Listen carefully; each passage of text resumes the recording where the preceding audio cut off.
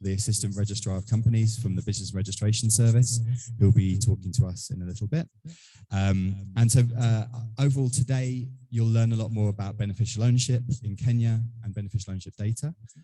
This afternoon, we'll have a workshop, which will use some of the materials in the middle of the table to help people learn more about how to visualize beneficial ownership and a bit more about some of the tricky questions and scenarios that you might find yourself getting into when you look at this data. And then tomorrow we'll be focusing a lot more on procurement, on open contracting and on how to connect beneficial ownership data with procurement data. And we'll have some colleagues talking more about the open contracting data side of things. So to start us off this morning, I just wanted to show you this diagram up on the screen. So this is what we hope to cover during the whole workshop. So if you're interested in learning more about beneficial ownership data in procurement, we have some printouts of a report that Open Ownership released on the table at the front.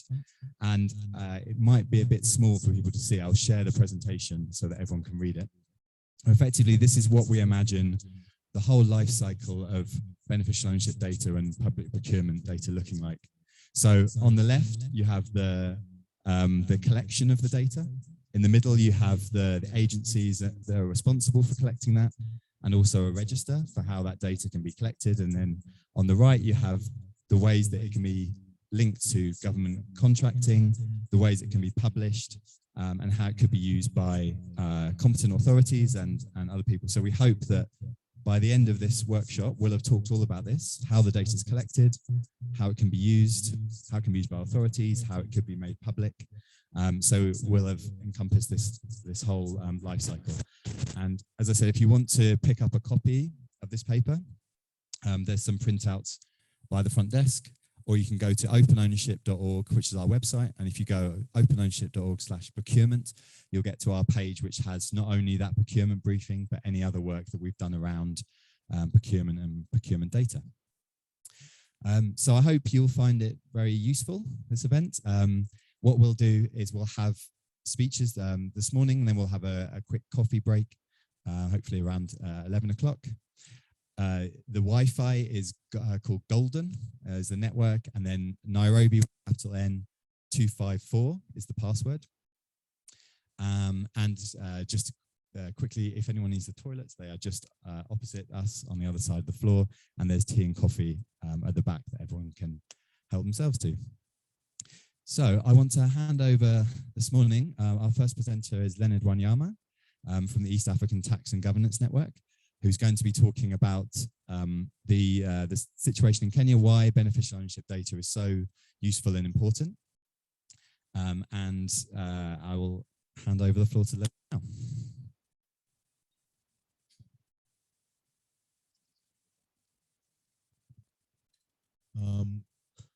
Good morning, everyone.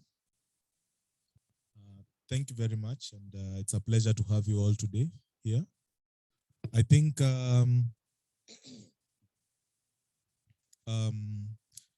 by way of introduction, I think I'd like to just say I'll speak to what EATGN does and how we get involved into this process, and then I'll introduce my colleague Mary. But also, just by way of tradition, I'd like maybe to take the mic across the room so that a number of our colleagues here can introduce themselves. EATGN might be quite new to the OGP process and the activities surrounding beneficial ownership, but their colleagues within this room, and that's why they're here, so that they can at least introduce themselves, speak to their interests, what it is they do in terms of beneficial ownership, and then I can pick up from there in terms of taking the program forward. So I'll take the mic around. Let me start from this end, walking this way.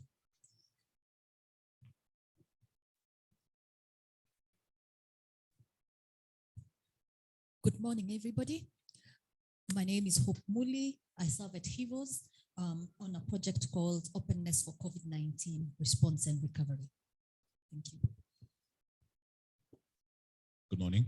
My name is Zacharia Mwangi from the Commission on Administrative Justice. Good morning, everyone. My name is Damaris Mburu from the Commission on Administrative Justice, that is the Office of the Ombudsman. Pressure. Morning all, my name is Osedo Stephen from National Taxpayers Association. Good morning, everyone. My name is Lilian Gathua from Transparency International Kenya. Good morning, everyone. My name is Harriet Wachira with Transparency International Kenya, who is also a CSO cluster lead in the OGP National Action Plan 4, together with Business Registration Service. Thank you.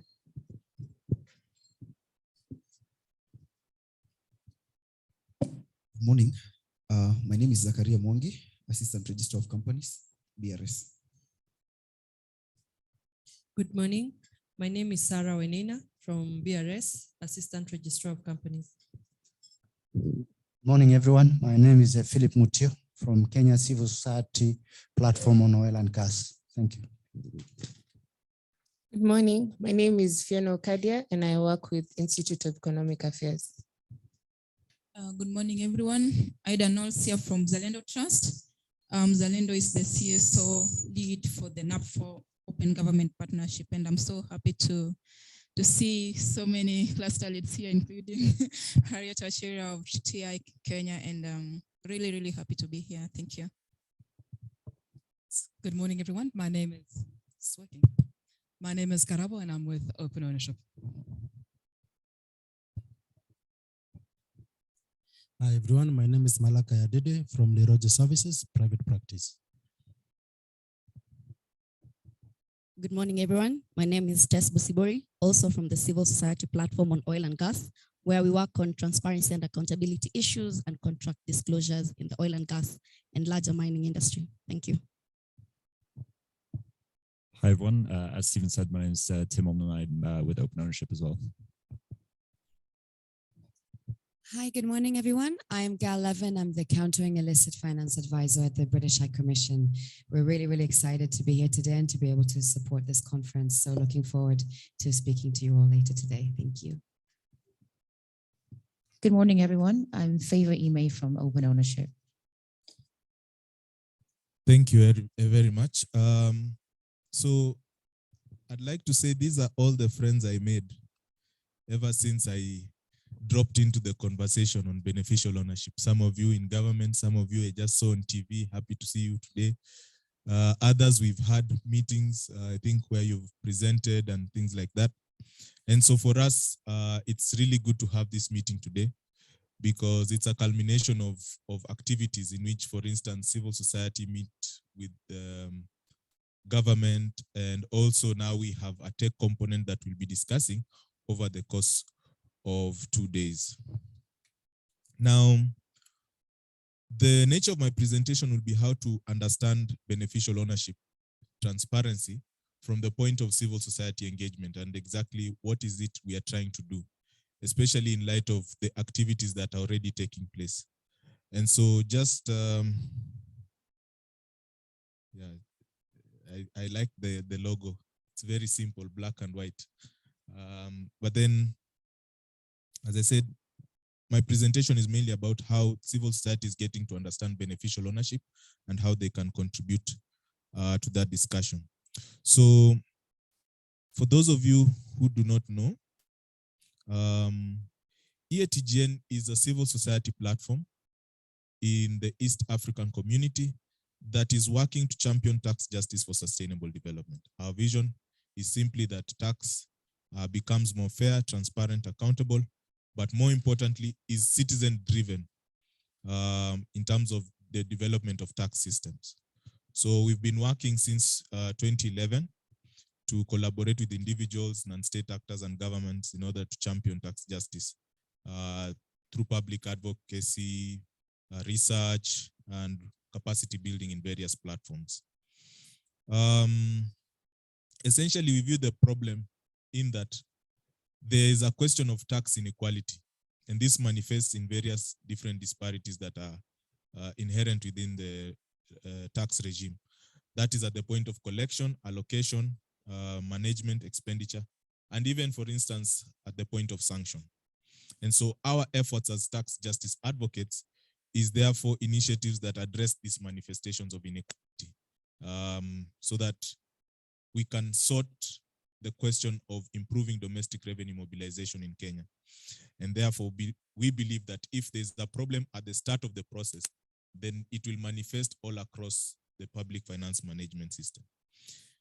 Now, obviously, it's not easy to talk about tax matters with everyone because there are different points at which they interact with this. And so we realize that the best way for us to enter into this conversation is the point of using a human rights-based approach in understanding tax justice and the subsequent conversations. And in this, we have 5 main points of entry: that there is participation in decision-making.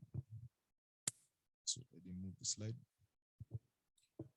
Accountability of processes and systems, non-discrimination in the application of implementation, ensuring that there is empowerment for social mobility and legitimacy in processes via the rule of law. I quote a colleague of mine who will be joining us later, Francis Kairu, who says transparency is key, especially now when you look at the question of beneficial ownership, because the aspect of tax justice dies if there is secrecy. So that's the point that we enter into the conversation on beneficial ownership. So when we think of tax justice in relation to beneficial ownership, we are asking that as a country, as a region, we uphold the commitments of the Financial Action Task Force. So that is, for instance, the development of FIUs, that's financial intelligence units, processes in relation to customer due diligence, reporting of suspicious transactions, engaging issues concerned with politically exposed persons, asset declarations, designated non-financial businesses and professions, and then obviously, lastly, the question, which is more important in this conversation, of beneficial ownership standards. And in that regard, we are asking that beneficial ownership standards are implemented to ensure transparency, identification of ownership, verifiability, and updating of records. And so for us, this is important in relation to tax justice, because it not only pinpoints places for domestic revenue mobilization, but it then begins the issue of fairness and eliminates the question of secrecy. Why are we asking? We have to look at why is beneficial ownership information relevant. So the lack of beneficial ownership information enables anonymity. And once there's a lot of anonymity, then we are enabling tax evasion, corruption, money laundering, and financing of terrorism, not to mention tax avoidance. Despite the fact that it is legal, we look at that as an immoral practice, especially if you look at how it denies revenues for service delivery. Second, we're asking to know the beneficial owner. We understand this to be the natural person who ultimately owns or controls directly or indirectly the corporate structures or arrangements of a company or a business entity. Of course, in unpacking this, we consider the natural person to be the person who has significant influence. So according to these standards, that reaches a threshold of 20% shareholding. But I believe from our conversations today, we'll realize that maybe some of the thresholds that are set in place probably are even more stringent because of our context. Now, sorry, I keep forgetting I have this. Now,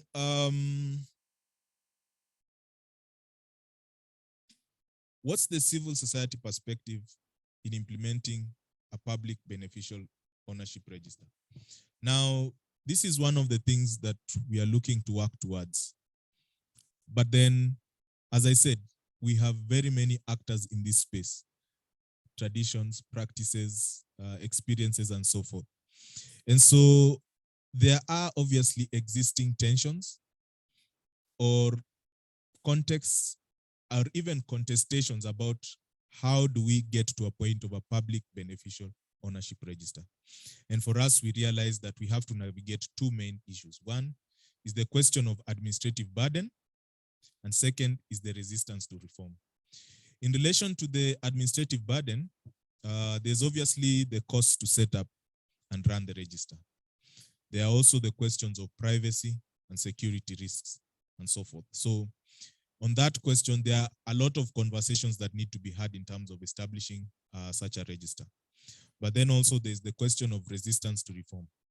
People who are vested in what is existing and they wouldn't want to change. So whether it is service providers, businesses, foreign companies, and other corporates who are very vested in how the system works now. And so they're resistant to change because they know, for instance, it might expose their anonymity and avenues for them to engage in funny business. Global commitments. I don't know why I don't keep using this, but I'll try. Obviously, in terms of standards, therefore, we look at who is committed to beneficial ownership transparency. And so, of course, we've learned quite a bit from open ownership since our relationship starting in December. And we've been following just to see the trends that are taking place in this regard.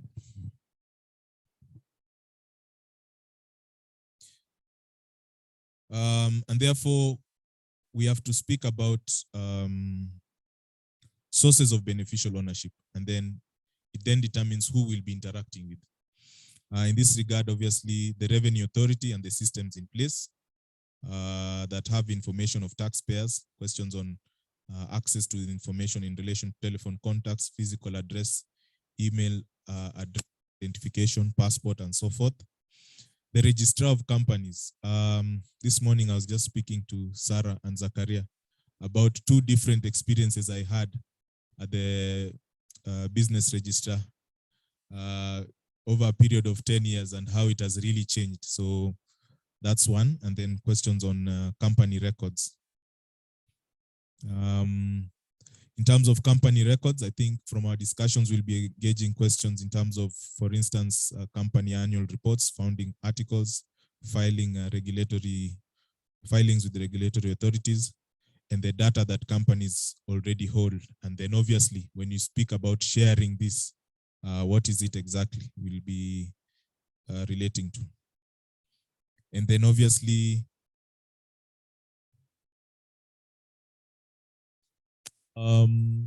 speaking about the issues that are emerging in beneficial ownership. Now, I happened to attend the Open Governing Partnership cluster meeting and then got to understand a lot more in terms of what has been happening, the National Action Plan. And so, for instance, we are plugging in and trying to assist these conversations in relation to public procurement contracting, counter-fraud investigations, anti-money laundering, countering terrorism financing, asset tracing and recovery, intangible and tangible asset ownership in relation to securities, vehicles, lands, insurance, and so forth. But also, interestingly, in these conversations, particularly in relation to tax justice, we are very keen in relation to questions related to the extractive industry and the rights associated with that, because we believe there needs to be greater transparency in that sector, and beneficial ownership allows us to engage on those subjects. Of course, other questions of interest to us, the corporate vehicles. So companies, limited companies, liability partnership, trusts, foundations, shell companies, and so forth. And therefore, our interest as civil society is on the question of the beneficial ownership register, as I'd spoken to. How do we get a public register? How do we get to verify the details that are in those public register and the associated issues around that in terms of privacy and so forth? And how do we get to the process of identification? Our meeting today is set up in such a way that we'll have the question of beneficial ownership today and public procurement tomorrow. and essentially to link up the two, as Stephen had pointed out from his illustration there. And after having our public beneficial ownership register, how does it link up later to a global assets register proposal to list all assets and show the linkages across countries? Essentially, we are in a globalizing world. And so lots of these companies are trading across the region or even the continent or the globe. And so how then do we prevent questions like corruption in terms of knowing the ownership of these countries?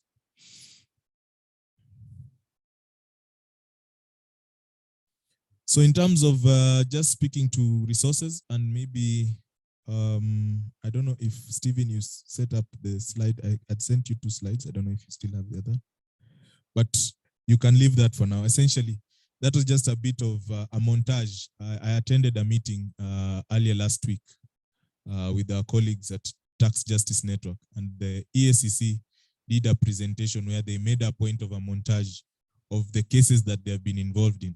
And what was very interesting, and probably I'll show it at some point, is the people who, or the cases that they are completing in relation to anti-corruption. And while the presenter was making a case in terms of the question of whether it's a question of beneficial ownership or unexplained wealth and who owns which company, what I noticed was the expressions of people who had been caught. And it looked funny that after all that efforts, they were all sulking in those photos. And so I'll probably display that later. But just to point out, while we've learned a lot from open ownership in terms of some of the studies that they have conducted, in these 2 days, the main resource will be you, the people in this room. Colleagues, particularly from the OGP cluster, I'm very glad to have you here today. You will be helping us kind of improve whatever we have been working on together with Stephen, and hopefully be able to achieve some of the goals that we have set in terms of our cluster and the National Action Plan. And so with that, I'd like to close my presentation. Thank you very much for coming, and I hope we have very constructive deliberations. Thank you very much.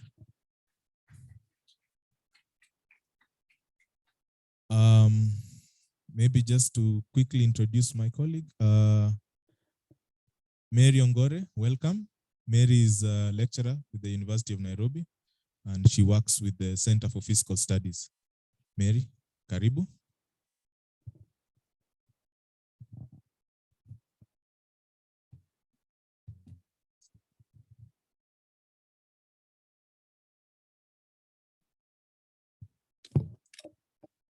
So good morning, everybody. Welcome to the event.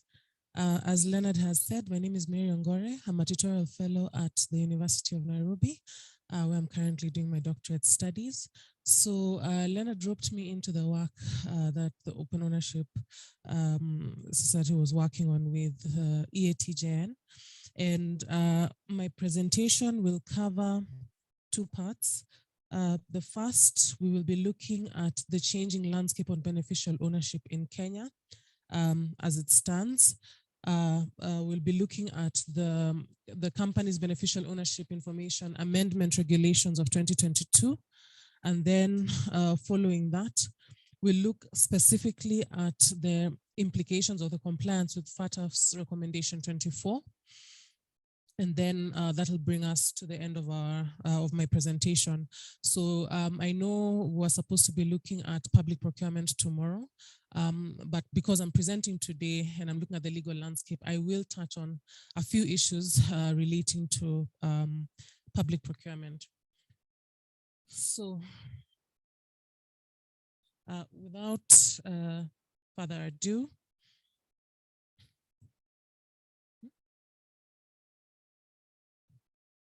okay. Right, so the company's beneficial ownership information regulations of 2020 provided that beneficial ownership will have a lower threshold of 10% of voting rights or shareholding or the exercise of significant influence and control. So we note that this is a lower threshold than FATF, and that is welcome. I know the TJN, I don't know if they have the representatives here or maybe through Leonard, has highlighted that even one share should be enough to trigger beneficial ownership. But it is commendable to note that at least we are going down to 10, lower than the 25% threshold that FATF was recommending. Then we can move on to look at the next bit, and that is a significant influence. How is significant influence defined? So significant influence is defined as participation in finance and financial policies of a company without having full control over them.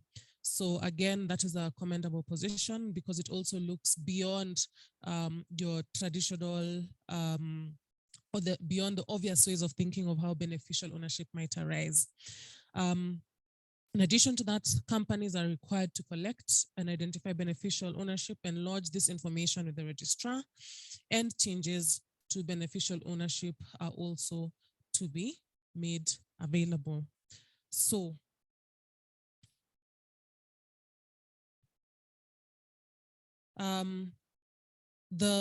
we'll look at the gaps or legal issues arising from the company's beneficial ownership information amendment regulations of 2022. These amendments update the company's beneficial ownership information regulations of 2020, and they do so by including new definitions. So one, we have definitions of public procurement, two, procuring entities, three, public-private partnerships, four, contracting authorities. So we've widened the scope of the beneficial ownership information that must be collected and the parties that must have this information made available to them. Okay, that notwithstanding, there's a small issue in that there's no definition of public-private partnership committee. And this is important because the public-private partnership committee is one of the parties that is required to have available public procurement information. So it may have just been an oversight, but it could be argued that now that they're not included, now that there's no definition, you know, how are we going to determine who the public-private partnership committee is? Then the next issue is that there's a bit of confusion between regulation, the new regulation 13.2a as read with regulation 13.6. So 13.2a requires beneficial ownership information to be disclosed to a procuring entity and a contracting authority. A procuring entity is as described in the Public Procurement and Asset Disposal Act of 2015 as a public entity making a procurement or asset disposal to which the act applies. A contracting entity under the Public-Private Partnership Act of 2013 is defined as a state department, agency, state corporation, or county government which intends to have a function undertaken by it performed by a private party. Okay, so this section now clarifies that the beneficial ownership information shall be disclosed to those certain entities. However, if we look at 13.6, it says that information relating to a beneficial owner shall only be made available to a competent authority, the Public Procurement Regulatory Authority, or the Public-Private Partnership Committee, upon a written request by the competent authority, the Public Procurement Regulatory Authority, and the Public-Private Partnership Committee to the registrar. So I've just highlighted the problematic words. On one hand, we're saying certain entities will have beneficial ownership disclosed to them. Then in another section of the Act, we're talking about beneficial ownership shall only be made available. And the entities that have beneficial ownership only being made available to them are not the same as those that is disclosed, that the information should be disclosed to. So there's a bit of a drafting error, I think, but it could prove to be problematic. the law has to be as clear as possible to create certainty and to make implementation easier. Next, we have a problem in that there's no indication as to when information should be provided. You'll note that during public procurement, there are loads of stages. There's the bidding stage, there's the award winning stage, among other things. Now, if we do not have rules that regulate instances or times when beneficial ownership information should be provided, then it's already problematic, because all you could do, I know there's the avoidance practice of using shelf companies, right? Whereby a company is created, it's in existence, but it's not necessarily in operation. And people tend to use these companies to give the impression that they have been in operation for longer than this is the case. So again, if we do not have beneficial ownership information being made available maybe a couple of years back, then we'll have the simple situation arising whereby individuals could simply change beneficial ownership information prior to the awarding of a contract, and they would never be detected for engaging in this in that activity. Okay, then again, there's no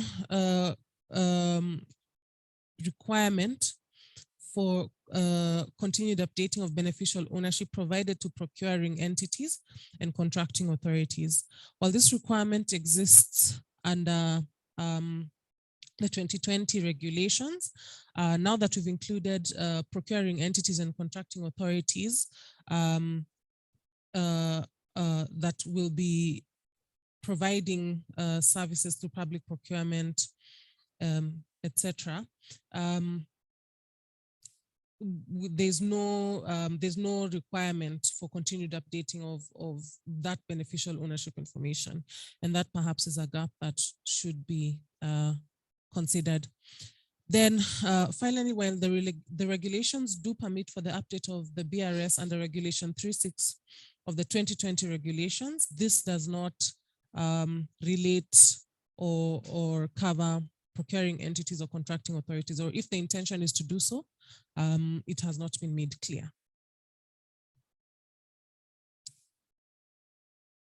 The next issue is that Regulation 13.5 requires that, notwithstanding Subregulation 4, which prohibits beneficial ownership information to be made public, beneficial ownership information shall be maintained by the Public Procurement Regulatory Authority in the government portal in relation to entities that have been awarded a tender by the procuring entity as part of contract award, and these shall be made that shall be published and made publicly available. So this is welcome.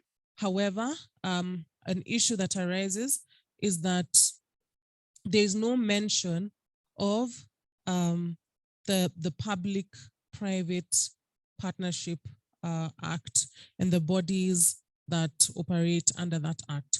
So then the question is, why are we providing public information on under public procurement, but not under public-private projects?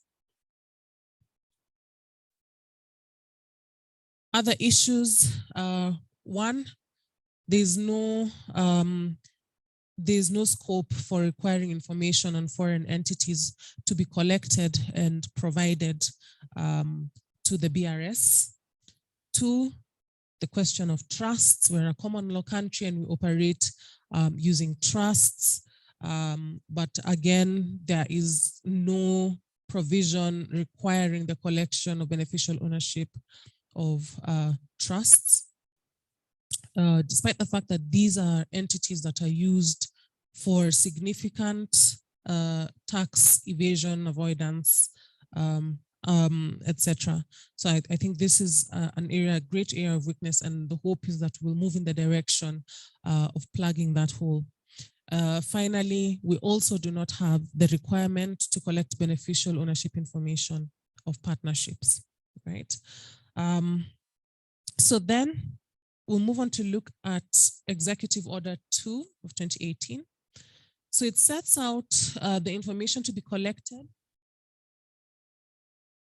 It sets out the information to be collected as part of Kenya's public procurement processes and exempts essential utilities, procurement arising from an emergency, procurements of a classified nature as prescribed by law, and low value threshold procurement prescribed by law. Now, those exemptions are quite wide. We have the regulations giving with one hand, and then the executive order taking with the other. So again, if there's any lobbying to be done, it would be to ensure that we restrict as far as possible the number of exemptions that are allowed, because if you're looking at essential utilities and the provision of essential utilities, there are many companies that provide that, and it's especially important that such information, beneficial ownership information should be collected where essential utilities are provided in the public procurement process. Then again, what is classified nature, procurement of classified nature? In fact, if we're looking at areas, business that is conducted of a classified nature, there's all the more interest in having this procurement information available. So for example, purchase of arms and defense equipment. Those are areas, again, where in other jurisdictions, not yet in Kenya to my knowledge, but in other jurisdictions you find that those are particularly tricky areas where it is important to have beneficial ownership information in order to prevent harmful tax practices. Then again, another comment as regards to the executive order of 2018 is that it goes beyond what is envisaged by the regulations, the amendment regulations of 2022 and the regulations of 2020, in that they also require beneficial ownership of partnerships and sole proprietorships to be disclosed. Now, the issue with this is that the regulation itself does not provide for the collection of beneficial ownership of these two partnerships and sole proprietors, whereas the executive order does in the case where this public procurement is ongoing. Now, it should be noted again, a tricky area, perhaps that wasn't the intention, but it should be noted that Section 31B of the Interpretation and General Provisions Act, Cap 2, prevents subsidiary legislation from being inconsistent with the Act. Okay, so that is something to highlight. Now, we also look at FATF's recommendation 24 and how Kenya scores on the recommendations, against those recommendations that have been made. So we have the FATF adopting amendments to recommendation 24 and its interpretive note, on 4th March 2022. That should say 2022, sorry. The 2022 recommendations have already been published. So then how do we assess Kenya against FATF's recommendations? So one, there's a requirement to furnish competent authorities with current information on beneficial ownership and control of entities that pose a money laundering or terrorist financing risk, including foreign companies that have sufficient links with their country, okay? Now, a risk-based approach of what is considered a sufficient link is encouraged.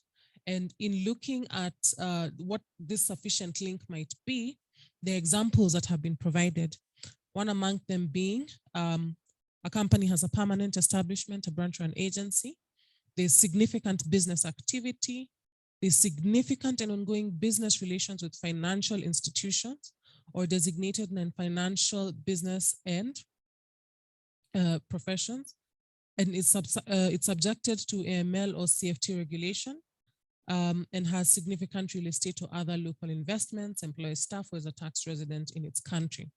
So that is not an exhaustive list, but it sort of gives an illustration of what these sufficient links might be when determining the particular foreign companies that should be required to provide their beneficial ownership information.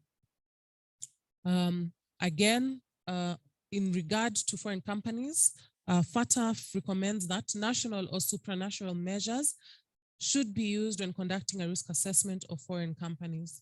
And these measures could include requiring beneficial ownership information of at least some types of foreign created legal persons to be held.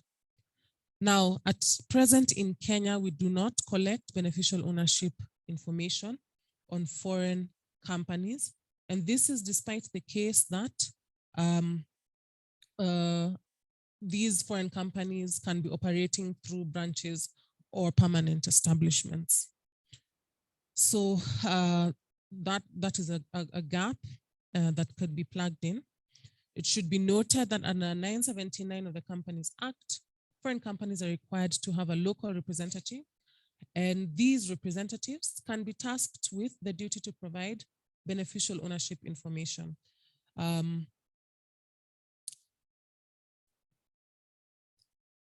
Next, there is a requirement under FATF Recommendation 24 to have a risk assessment of money laundering or terrorist financing. And rather than just assessing risks associated with different types of legal persons, you must, there's a requirement to take appropriate steps to manage and mitigate risks identified. So Kenya at present has only addressed risks related to legal persons incorporated in Kenya. But like we've said, there are other types of bodies that are not covered. So limited liability partnerships are also legal persons, but they are not addressed in the development of beneficial ownership regulations.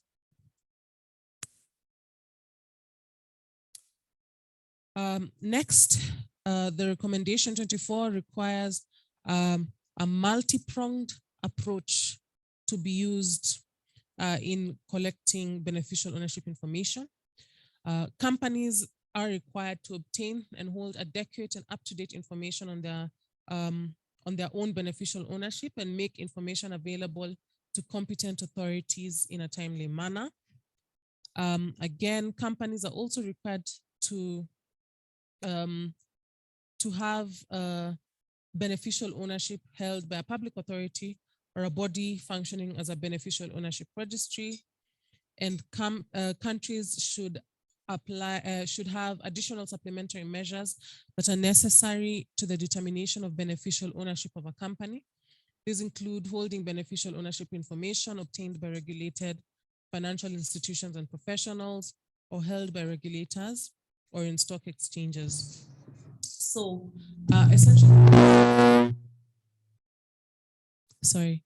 essentially what we are saying is that beneficial ownership information should be sourced through various methods using a multi-pronged approach.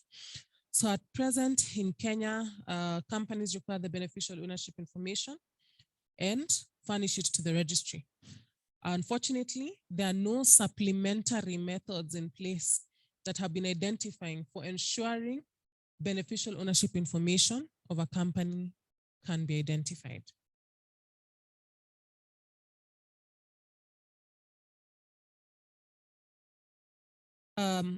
Again, recommendation 24 provides that in addition, information held must be adequate, accurate, and up to date. And information will be adequate where it's enough to establish the beneficial owner, accurate where it has been verified for accuracy using reliable, independent source documents, data or information, and up to date when it's current. Now, when we look at the issue of beneficial ownership information being adequate, I think one of the issues that comes up is what happens when individuals restrict their ownership to percentages that are just below the threshold. What happens? Do you consider that to be adequate information? Next, verification, very important. But at present, the verification of beneficial ownership information is problematic. It should be noted, however, that this is not just a developing country challenge. It is a challenge also amongst the global north. And as we move towards figuring out how to verify information, it's something that we should put on our priority list, because what happens after that is that information is collected, but its veracity cannot be tested and relied upon. And it defeats the purpose of collecting beneficial ownership information in the first place.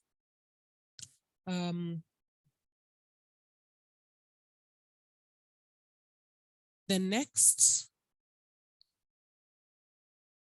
competent authorities, and in particular law enforcement authorities, are required to have access to beneficial ownership information held by public authorities, financial institutions, DNFBPs, and the beneficial ownership information must be accessible for entities that engage in public procurement. So for our purposes in Kenya, pursuant to the amended regulation 13.6 of the 2020 regulations, the competent authorities are defined as the Attorney General, criminal investigation agencies established by the law enforcement agencies, authorities that supervise and monitor the financial sector, including financial reporting centers, and the Kenya Revenue Authority in the company's regulations. These are the parties that have been identified. So again, I think that is a positive step in ensuring that the information is accessible to the relevant public authorities.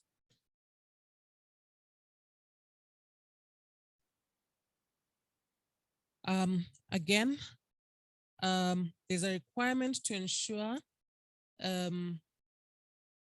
access to beneficial ownership information, such as the company name, proof of incorporation, legal form and status, address of the registered office, basic regulating powers, among others, and then as well as a tax identification number and a register of shareholders or members containing the shareholders and members and number of shares held by each shareholder.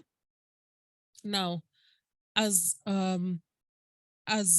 regards this requirement, what FATF's position is that it would be preferred if this beneficial ownership information was made publicly available. However, it is not at present required by the FATF recommendations. That notwithstanding, there are some countries that have already made their registers publicly available. If you do a quick search on the UK's beneficial ownership register, you'll be able to see beneficial ownership information that has been published. It's not perfect. They also do have their challenges in sufficiently maintaining the register and ensuring its accuracy. But at least we have, as a first step, the public access to information in the UK. In Kenya, that is not the case, and it would be encouraged that this should be done for all entities, not just public procurement entities. The importance of this, of having publicly available beneficial ownership information, is that it is possible then for particularly CSOs, for members of the public, to be able to look into corruption and anti-money laundering, terrorist financing, tax evasion, tax avoidance that is arising in their jurisdictions. So it's important to have the information publicly available in order to be able to ensure that we are spotting fraudulent practices.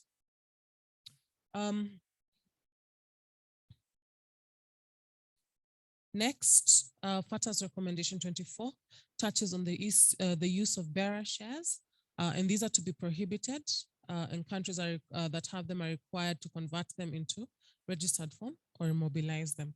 So with bearer shares, the holder of the physical share certificate is deemed to be the owner of shares. And it's very easy to sort of muddy the waters and make it difficult to identify who the true beneficial owners are by using bearer shares, because you simply just pass on to the next person, and ultimately there's no paper trail of who exactly owns the shares. So for Kenya, we are compliant with this recommendation. Pursuant to Section 504 of the Companies Act, Kenya no longer allows the issue of share warrants, and any existing share warrants are to be converted into registered shares by June 2016.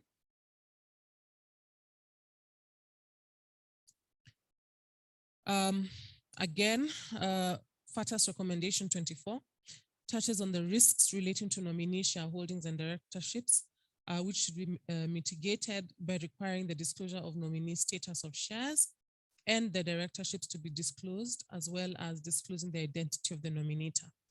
So for Kenya, we do not prohibit the use of nominee shareholdings and directorships, and we do require the furnishing of information on the name of the shareholder holding the shares on behalf of the beneficial owner of the company, and on the name of the director appointed by the beneficial owner.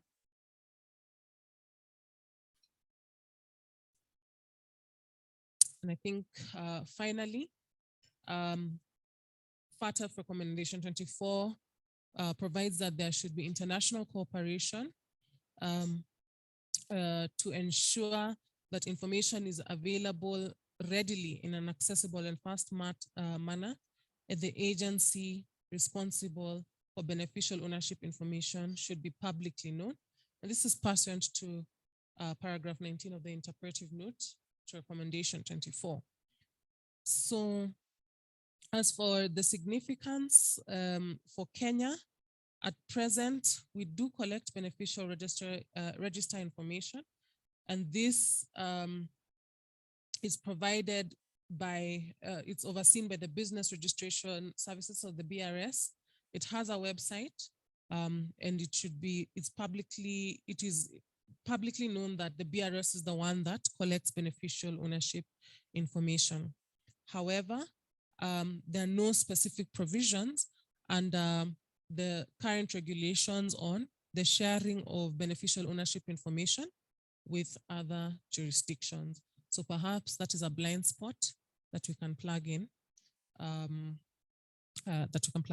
So with that, I think I'll stop. I think I've gone well past my time. Thank you. Thank you very much, Mary. Thank you very much to Leonard and Mary there.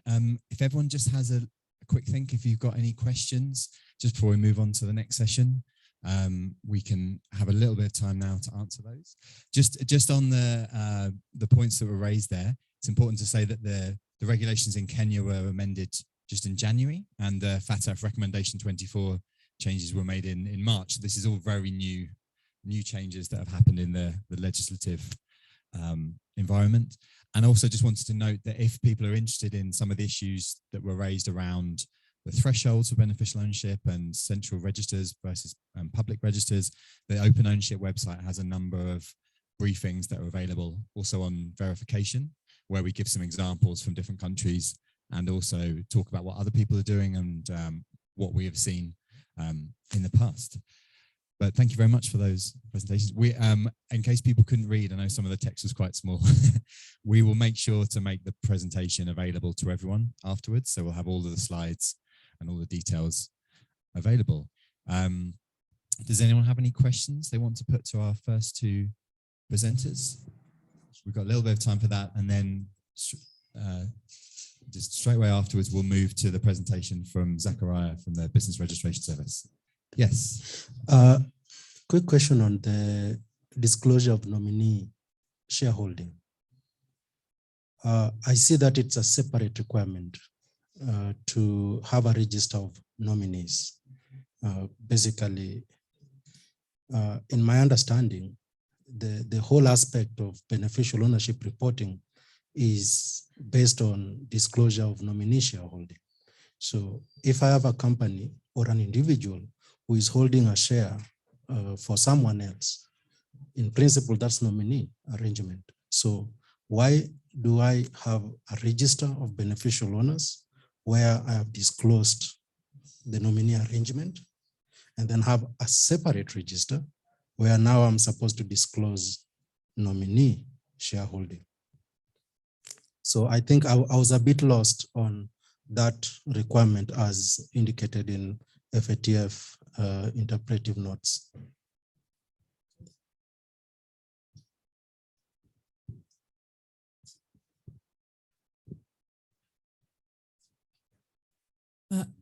Thank you for your question. Now, if you look at the register of beneficial owners form, at the BO F1, we collect both direct and indirect percentage of shares held and voting rights, among others. Then in the same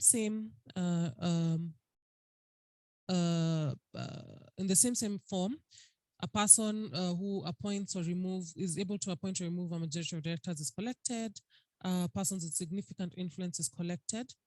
Then we have the requirement to collect beneficial ownership information when it comes to nominees. So I don't, to my knowledge, it's not a separate registry for nominees and a separate one for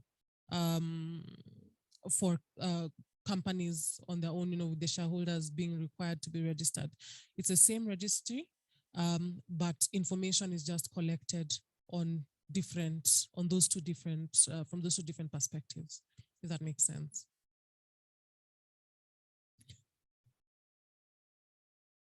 Just to clarify, I understand that the fact that Kenya does not have a separate register of nominee shareholding has been marked as a gap that needs to be addressed in the regulations, whereas the entire BO regulations is designed to capture nominee arrangements.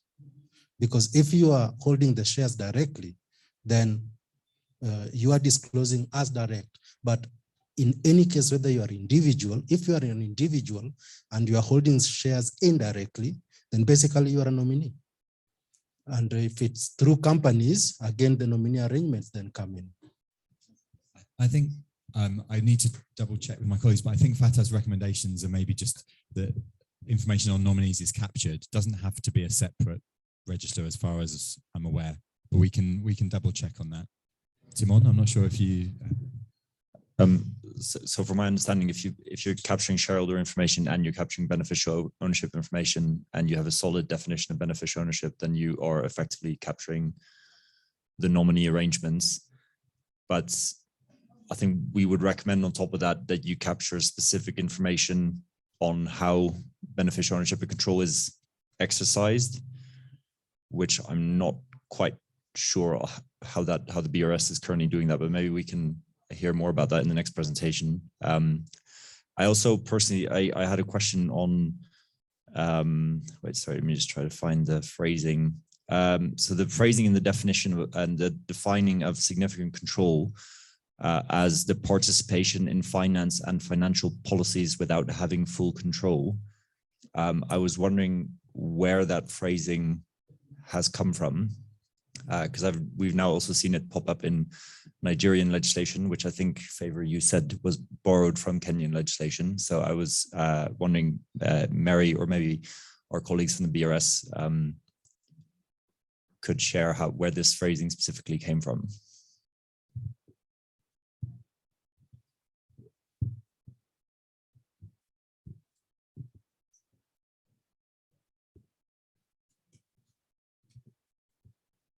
I think we will just do the presentation. Probably it will cover most of the issues being raised.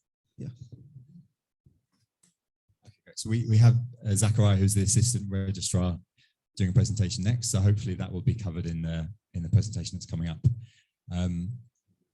Favour, are there any more questions online, or we're okay to move on to the? There is no question, but there's a comment in response to the question on nominee arrangements. I'll just read out the comment, if that's okay. So Team Law says, just in response to the question from the floor, the important point here is that BO goes beyond a nominee arrangement. It looks through layers of corporate ownership to natural persons, even if there is not any nominee arrangement. So. Okay, great. Thank you very much. So we'll move on to our next presentation from Zacharia Mwangi, the Assistant Registrar from the Business Registration Service. And then just after that, we'll have a quick break for tea and coffee. Zacharia?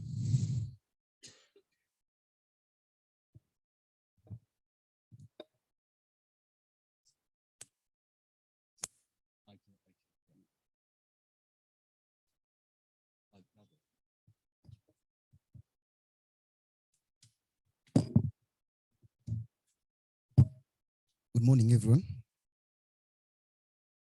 I think the room is quite dull. I don't know whether it is the cold. Well, as introduced, my name is Zacharia Mwangi, Assistant Registrar of Companies, Business Registration Service. So as you can see, that is our vision as Business Registration Service. We were established under an Act of Parliament, so we are what we call a semi-autonomous government agency.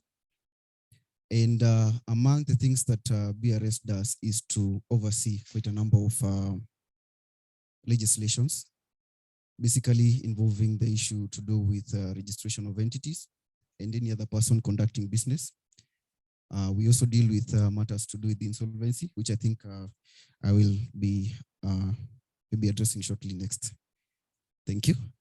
So we have quite a number of departments under Business Registration Service, but I'll try to cover more on what maybe is client facing. The first one is official receiver in insolvency. The official receiver deals with matters to do with licensing insolvency practitioners. They also handle matters to do with liquidation of companies, which are maybe undergoing some financial constraints. And then we have companies registry, which I think we'll be talking more about in our presentation. We have the hire purchase registry, which does licensing for businesses which conduct hire purchase, which issue or engage in the business of hire purchase. And then we have movable property security rights registry. That is in relation to securing the rights of any movable properties. If you have an asset which is movable, you can charge it against any income that you may be advanced. So other forms of or other departments that we have include the legal and compliance department. They're not listed there. We also have the corporate department and ICT department. But just to mention, this is what is client facing. Now, companies registry, what do we do? So this is the central repository where we have all the registrations taking place and maintenance of all the records relating to companies, limited liability partnerships, other forms of partnerships, business names. So you are going to find everything under the company's registry. And we have various laws which aid us in collecting this information. We have the Companies Act, we have the Limited Liability Partnerships Act, we have the Partnerships Act, we have the Registration of Business Names Act, all of which aid us in terms of registering and maintaining these particular types of records. So we can go to next. I think most of what I'm supposed to say today has been presented. You'll find a lot of similarity. So I think I'll not belabor into so much what has been presented before in terms of our journey in amending the laws and what we have currently, because that is essentially what I was to present on. But I'll also maybe talk about our experience as a registry in terms of collecting this kind of information. So our journey started with the amendment of the Companies Act, and the first amendment was in relation to Section 93, which first introduced the requirement of the companies to have beneficial ownership information. Later on, we introduced Section 93A, now which besides mandating the keeping of that register, also required that companies do file the same with the registrar within 30 days of preparation of that particular register.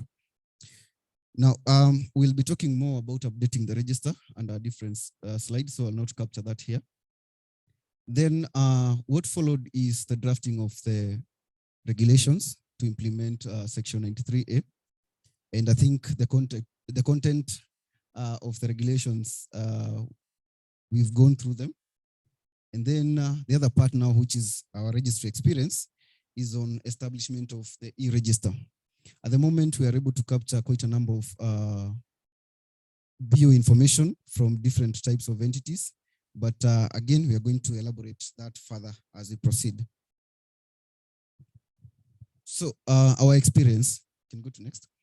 Our experience as a registry, you realize this being a new concept, we had to do quite a lot in terms of upgrading our systems, trying to formulate what we need from companies. And therefore, it was quite a process. And we had also to integrate with other systems and other kind of lodgements that we have at the moment. So we decided to go with the online register. Of course, every aspect of our filing at the moment is moving from manual to online, and therefore we had to establish the register as an online one. And that meant that the old records that we had, which were manual files for various companies, had also to migrate, because if the register is online, it meant that you cannot file this information if your company has not migrated online. And that we did by using a process we call Linker Business. Linker Business assists us to clear or clean up data relating to various companies. So essentially, we could not collect a lot of personal information. We could not collect telephone numbers. We could not collect email addresses. We just had manual files which had the names. Sometimes the earlier ones could not even include the ID numbers.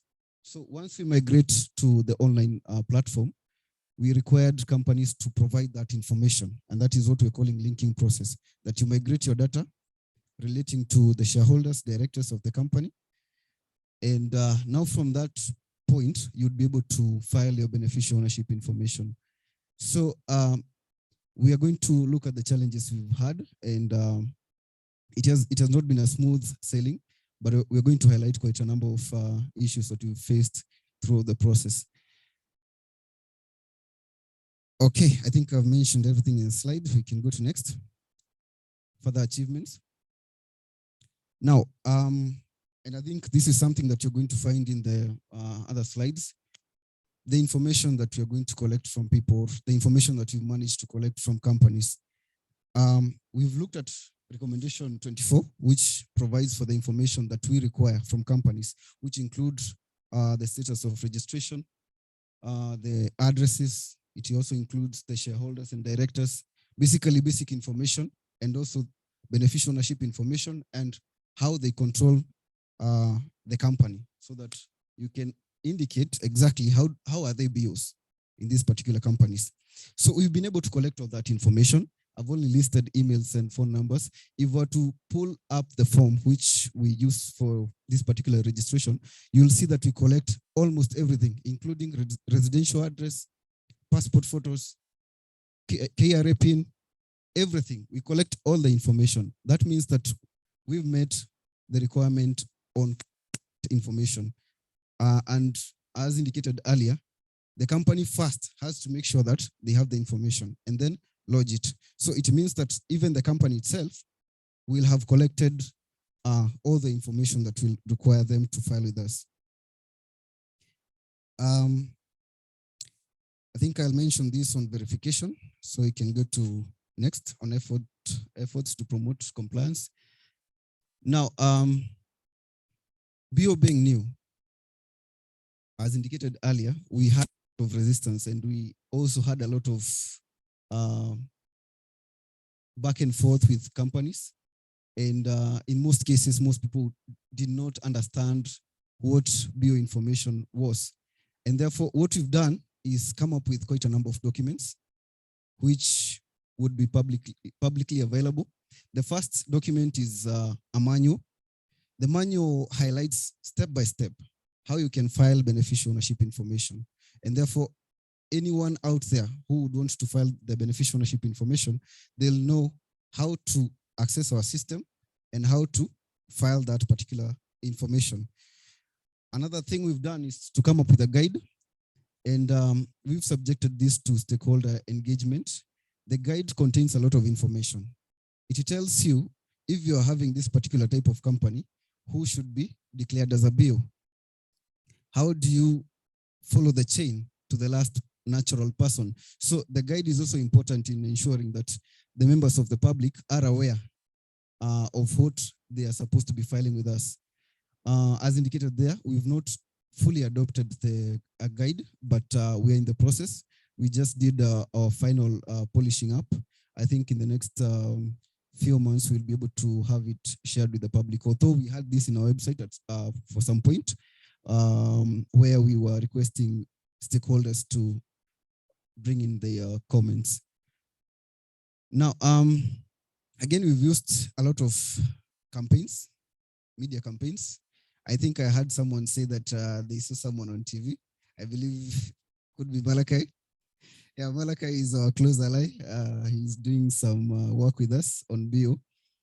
And together with GIZ, we've been able to do quite a number of campaigns, which I think are beneficial to the members of public to understand exactly what information they are required to file with us. Again, the filing of information is free, and this is to encourage everyone out there to make sure that they file their beneficial ownership information. All the other lodgements that you're going to make with the Registrar of Companies will have a charge. And this is the only lodgement that you're going to make at the company's registry, which is free. Now, I said earlier that you're going to find everything that was in the other slide appearing here. This is exactly what was presented on what is required under recommendation 24, that the information be accurate, adequate, up to date. And again, you'll find that we'll need to collect information on the company name, proof of incorporation, legal form and status, address, of which we are actually collecting all this information and more. So I think we are compliant when it comes to the kind of information that you're collecting from companies. You can go to next. So what have we done to ensure that we have accurate and up-to-date information as a registry? Because now that is where we have a challenge. And you realize that our act has quite a number of safeguards to ensure that the information that you're going to provide to the registrar is accurate. And the first one is in section 872, which makes it an offense to provide false information to the registrar. And that means that if need arises, someone can be prosecuted under that particular section for providing false information to the registrar. The other section that you're going to find is that is under 1006.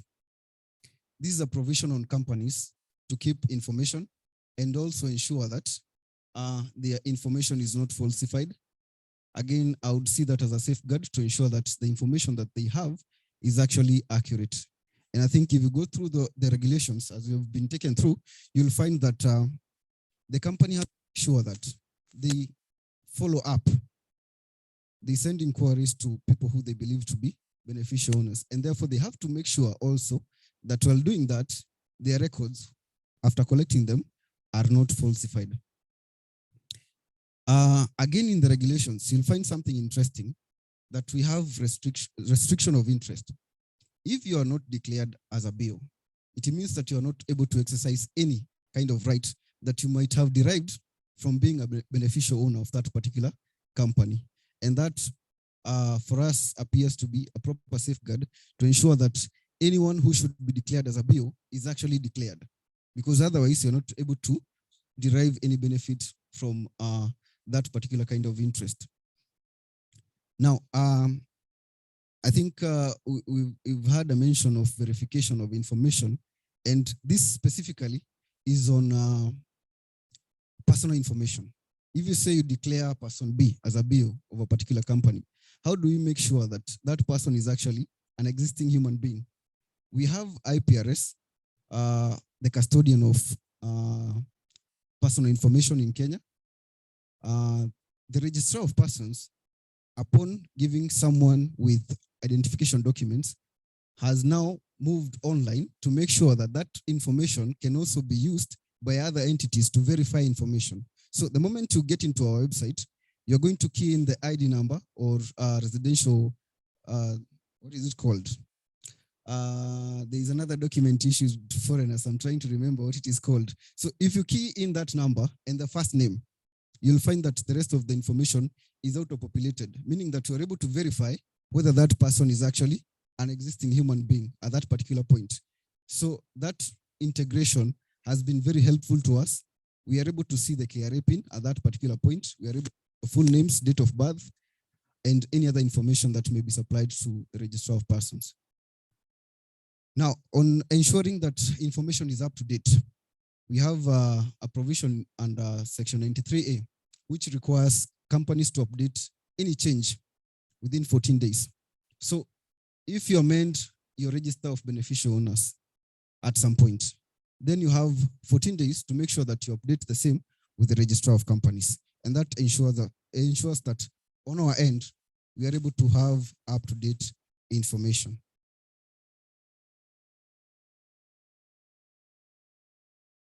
Okay, I think this has been mentioned. So I don't think I would want to venture so much into it. As you can see, it is everything that was presented before on what we've added. And I think the only thing that was not mentioned is the aspect of jointly holding shares, which has now been introduced, such that if you hold that 10% together with someone else, or if you hold the voting rights together with someone else, then both of you have to be declared as beneficial owners in that particular context. I think the only thing I would want to mention is the difference between Regulation 13.2A and Regulation 13.5. I think that came out earlier. And for us, we have two separate obligations. One, we have the obligation to the company, and we have an obligation placed on the registrar. So one, that is 13.2A, relates to the company. So what can the company disclose? Basically. So the company has its own restrictions to where it can disclose information and to who it can disclose information. And the introduction to the aspect of contracting agencies or a public procurement agency applies there, that while participating in any procurement process, then the company can disclose that particular information. Earlier on, you'll find that that information was quite restricted and they could not disclose even during participation in public procurement. Now, the other one, that is 13.5 and 13.6, relates to the registrar. So as a registry, what can we disclose? So here we added two other agencies. Besides what we have, that is competent authorities, which are defined in the first paragraphs of the regulations. We also introduced Public-Private Partnership Committee, which is defined under the Public-Private Partnership Act. And we also introduced PPRA. So in addition to competent authorities, information can be disclosed by the registrar to these particular types of entities. And this information can also be published by the two agencies. Now, I think at this point, probably you'd want to look at exactly what they can publish. And I think we looked at the Executive Order 2 of 2018. And if you look at that, they talk about the name of the entity, that is and the partners or partner, if any, directors and shareholders. So that is the information under that particular order, which can be disclosed. But if you look at what we give in terms of basic information, let me talk about basic information first. The kind of information we give in terms of basic information, that is directors and shareholders of the company. We usually have an aspect of the name, the postal address, their designation, that is whether they are shareholders or directors, and the number of shares that they hold. That is besides now the other additional information relating to the company. That is the name, registration number, and the like. So if the same is to be adopted, that we are going to publish bio information in the same format, then you'll find that it is actually even more than what we've been advised by the executive order to publish in relation to beneficial owners. But then again, we have to insist that we are trying our best to make sure that we comply with FATF standards, and they're also looking at OECD standards to make sure that we are compliant through and through. And I think we are doing some work in relation to that, which will be captured maybe next. Thank you. So earlier on, I talked about the challenges that we've been facing in terms of making sure that we are able to collect this information. And one of the main challenges that we had is that using the manual records, we could not have companies disclosing their information. And therefore, they had to link first and then provide the information. And that provided for 2 steps. It means you have to make an application to have your company linked.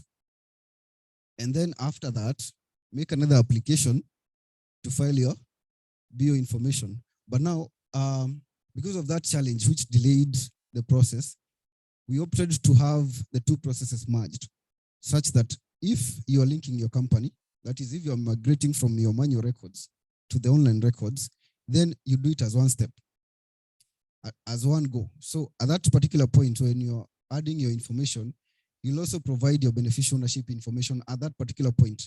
So that means that you will not be asked to do any further filing other than that. So once the linking process is done, then you're also done, unless you are coming back now to update the information, as we said, within 14 days of any amendment. Now, another thing we've done is that we've tried to integrate, actually we've integrated the process of change of officials and shareholders with the change of beneficial ownership information.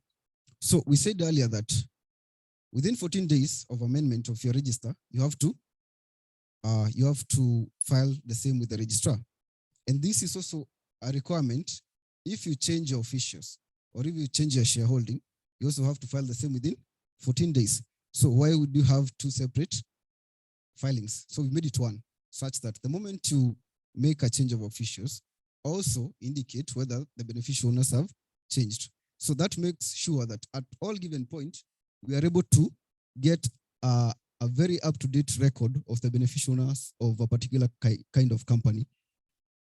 Then we've talked about the process of the media campaigns that we've had. The other thing is at the point of registration, and this is not yet anchored in law, which I think we are going to mention shortly. At the point of registration of a company, at the moment, we require the companies to file their beneficial ownership information, and now they'll keep updating as they go from that point on. So that has also made it easier, such that new companies being registered are not required to first register and then file their beneficial ownership information. So once you register, you have your beneficial ownership information at that point. So on reform, and I think this also came up in the previous presentation, LLPs, and also we still need to do a little bit of amendment to the Companies Act. We talked about foreign companies earlier, and that is part of what we are doing at the moment. We had a draft which we subjected to public participation, which provided for bio information for foreign companies. So that might be covered in the next few months. And we're also trying to make sure that even as much as we have a draft already, we are trying to make sure that we seal all the gaps to make sure that we are compliant with the FATF standards. And then we also want to amend the LLP Act. We have a draft ready, but again, we're also trying to check whether we can make sure that it is as compliant as possible. And I'm happy that our consultant is here. So I think we'll be taking notes together on what we might require to make sure that at least everything is covered. Now, in terms of process, the reason as to why I'm covering process reform is that we can have a law, but if you're not able to implement that law, it is of no use. So we first have the law, and then also maybe make sure that our processes are as smooth as possible. So what we do is ensure that we do an audit of our system every now and then to make sure that we are able to upgrade or improve on it. So the first time we tried to file or to go live, that is in terms of filing beneficial ownership information, you'll find that we were encountering quite a number of issues in terms of the information that was being fed. And maybe we were not able to capture as much as we would have wanted, or the process itself was a challenge to even members of the public. So you'll find that we've kept on improving the systems, and we're also undergoing another form of improvement at the moment. And therefore, we are looking to ensure that every person who interacts with our system is able to file the information in a very smooth manner, and at least you're guided as to what information will be required from you at the point of maybe starting to make an application or to make a lodgement. So you are communicated to in terms of this is the application you're making, and this is what we'll be requiring from you. So I think for me, that will be all. If any questions arises, I think we can address them. But I think we are around in the course of the day. We'll still interact. I did not mention about public procurement because I think, as indicated in our program, that will be covered tomorrow. I think we can talk a little bit more about it tomorrow. So I think that is it for me.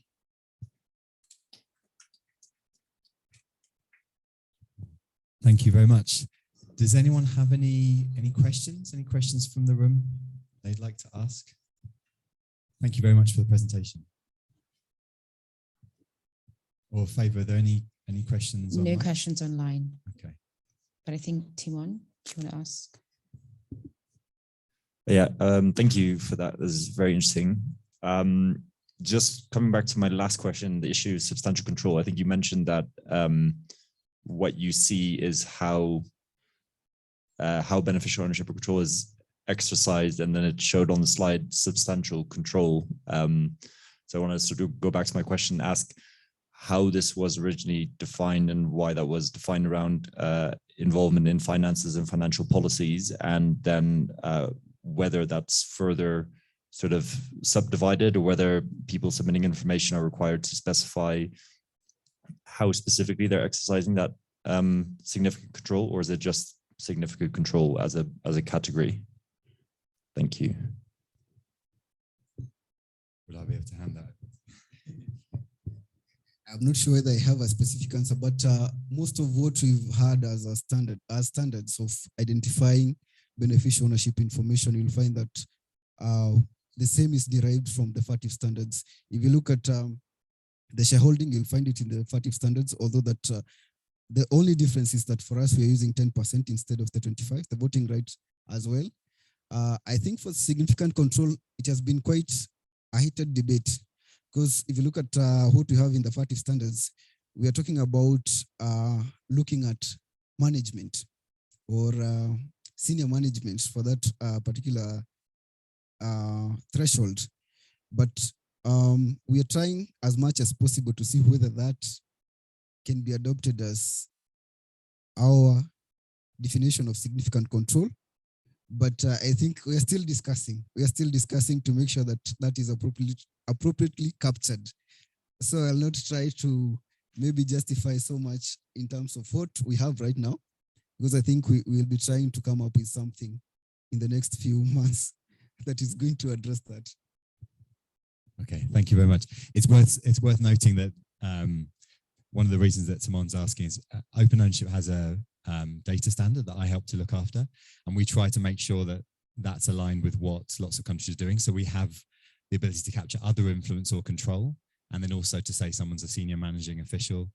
We're making some changes around. You can now capture board chairs and board members, and so it's very interesting to hear the kind of emerging best practice, especially if we know that colleagues in Nigeria are also considering the same language, and because we want to make sure that the data can be captured in a way that reflects the laws in all the countries. Just one final check. Any questions online? If not, okay, great. Thank you very much. So we'll just take a quick coffee break now. So there's tea and coffee at the back of the room, and we'll all come back at 11:30 to carry on. So 20 minutes time to carry on with our panel session. Thank you.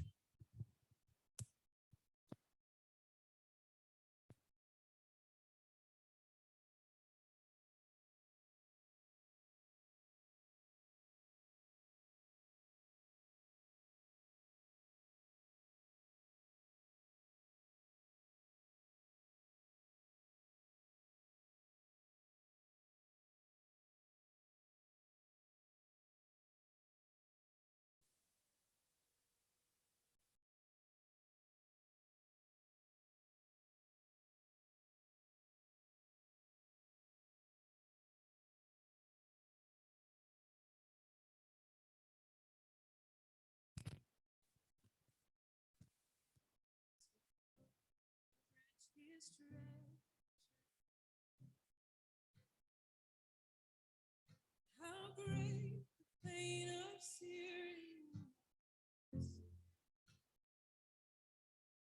The father turns his face away as wounds which mar the chosen one bring many sons to glory.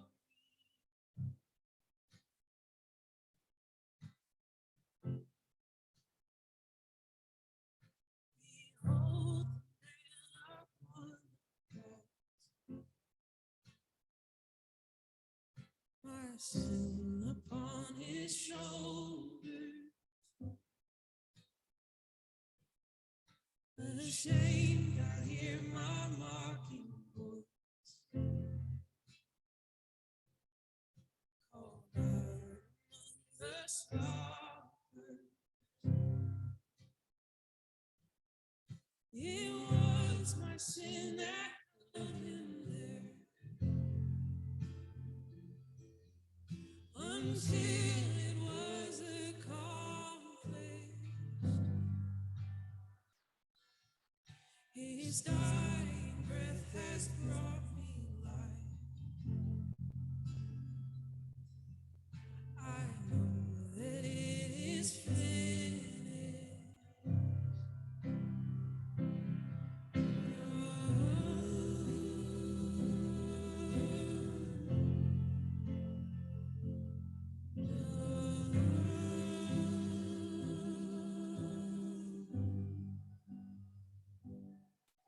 I will not boast in anything.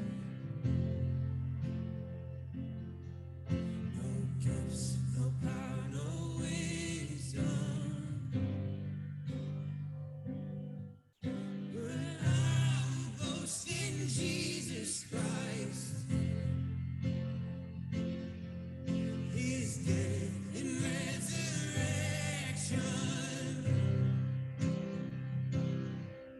Why should I gain from His reward? I cannot give an answer, but this I know with all my heart: His wounds have paid my ransom. Oh,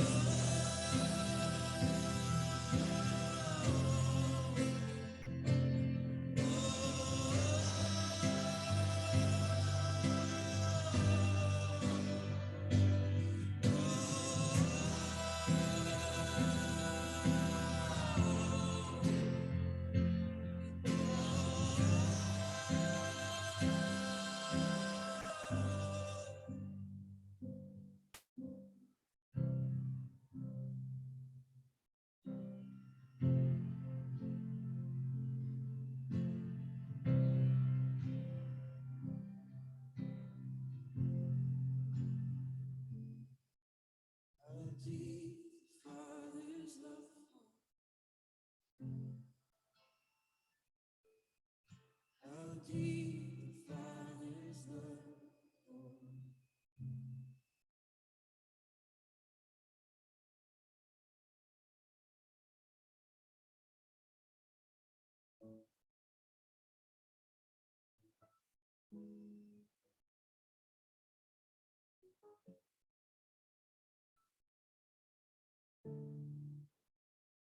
Yeah, we honor you, Jesus.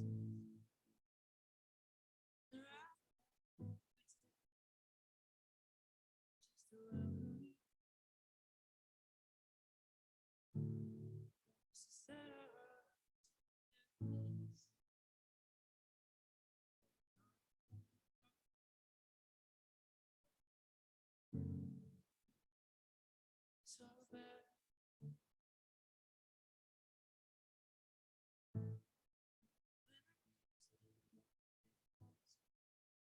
all strength.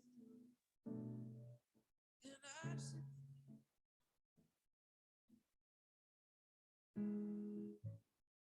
longing just to something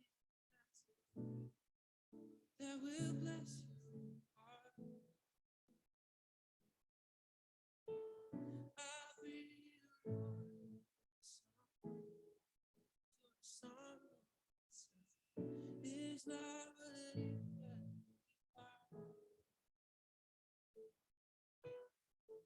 you search much deeper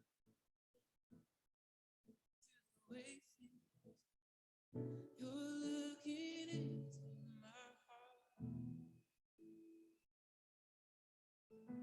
I'm coming back to the heart of worship, and it's all about you. It's all about you, Jesus. I'm sorry, Lord, for the thing I've made. And it's all about you. It's all about you, Jesus.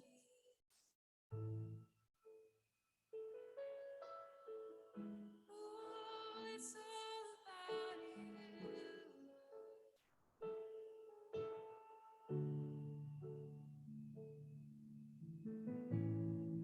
King of endless world, no one could express how much you deserve.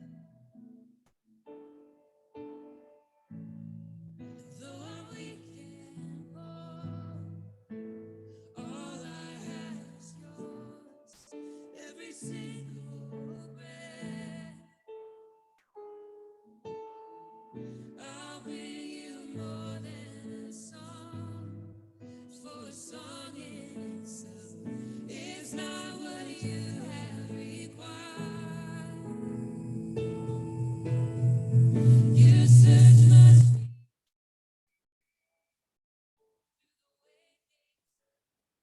You're looking into my heart. I'm coming back to the heart of worship, and it's all about you. It's all about you, Jesus. I'm sorry, Lord, for the thing I've made. When it's all about you, it's all about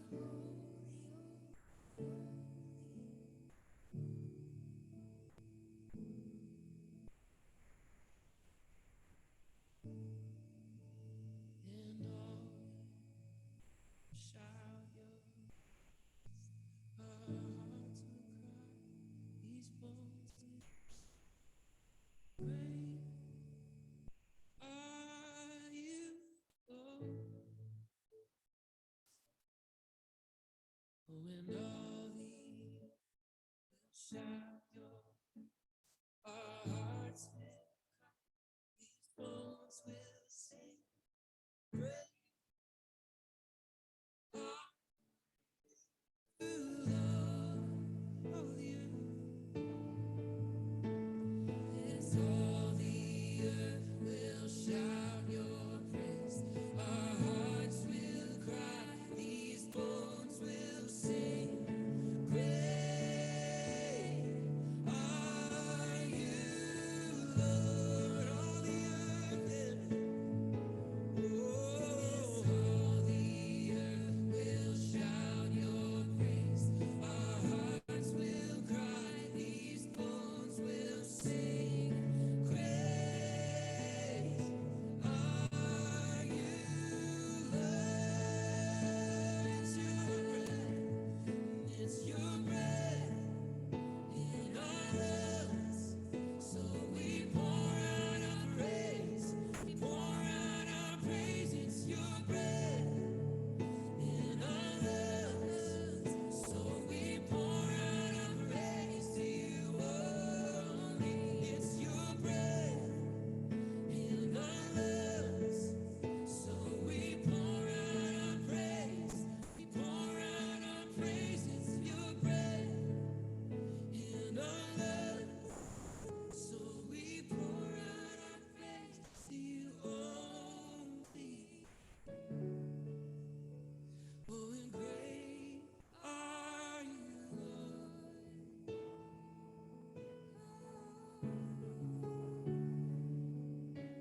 Oh, great are you, Lord.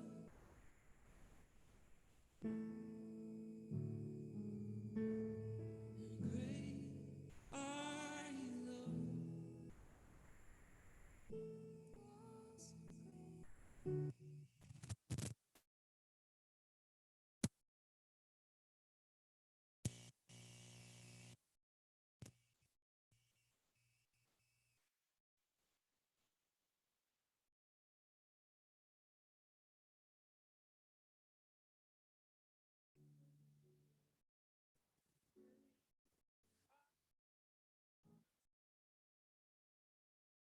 Let us not forget your grace.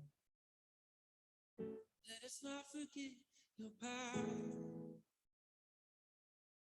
Let us not forget your grace.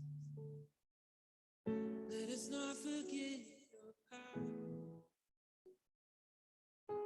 Oh, you're still moving here. You're still moving in our midst. No, you haven't changed. You haven't changed. You stay the same.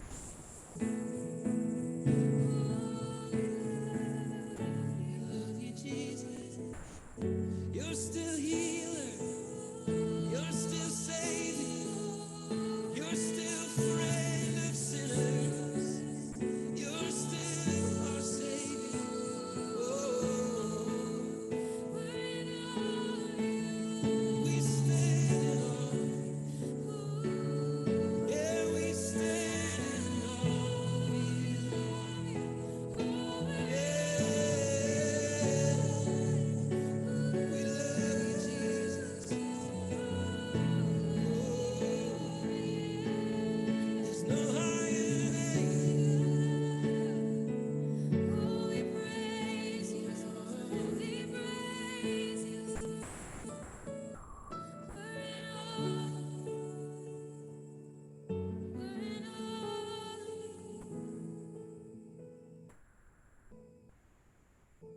There is no higher than the name of Jesus. And there is no greater than the mighty name of Jesus. Oh, kings cast their crowns at the feet of Jesus. Nations bow down at the feet of Jesus. Oh, my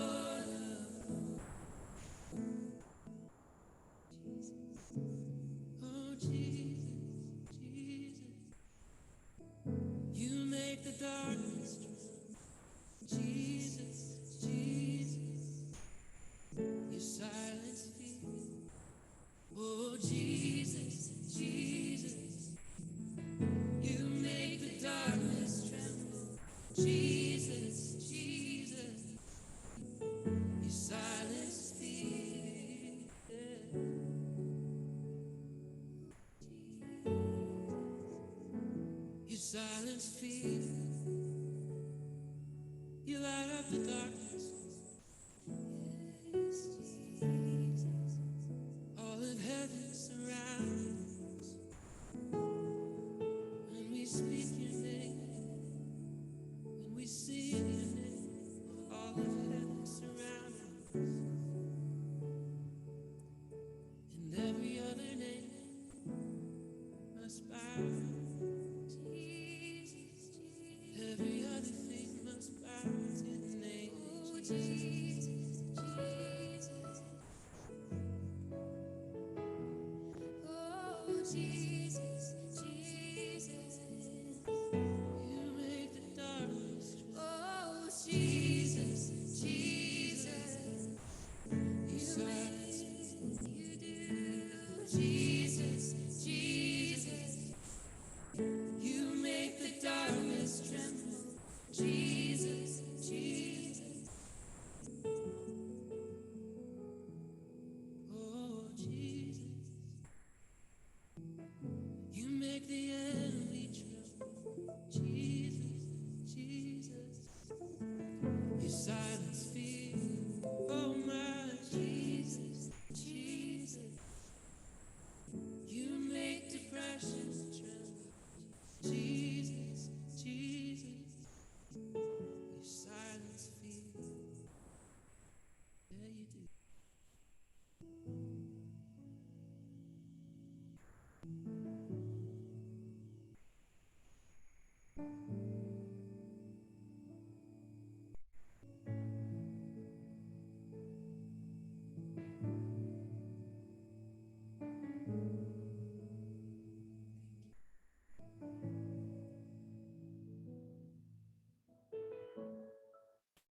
This is the end.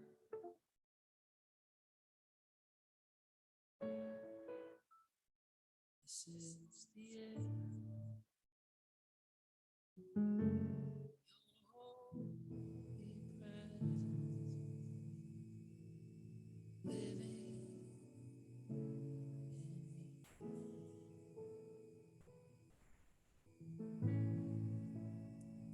This is my day.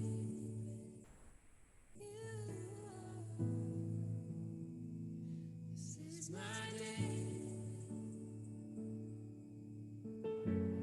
Your very word spoken to me.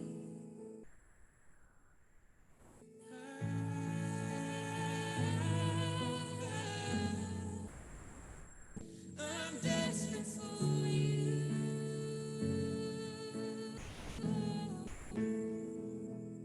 And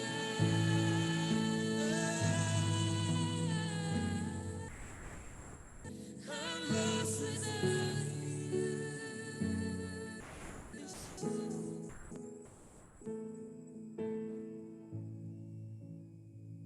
You are the air.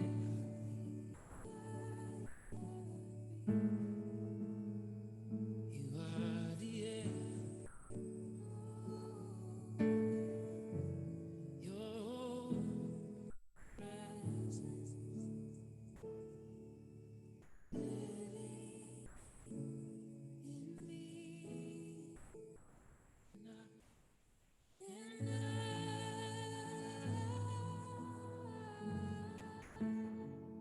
I'm desperate for you.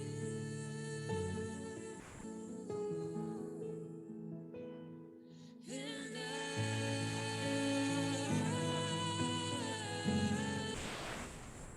I'm lost without you.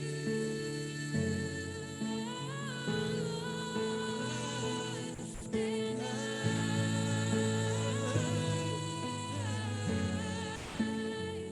I'm desperate for you.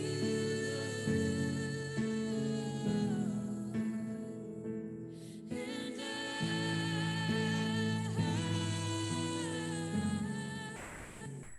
I'm lost without you.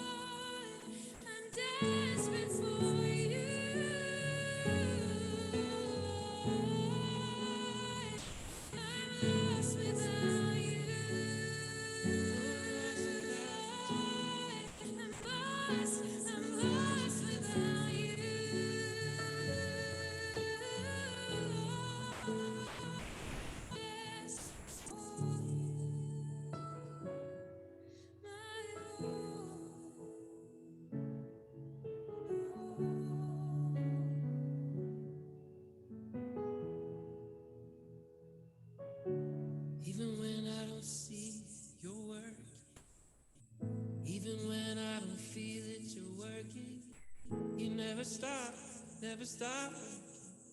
You never stop, never stop. Even when I don't see it, you're working. Even when I don't feel it, you're working. You never stop, never stop. You never stop. You're the way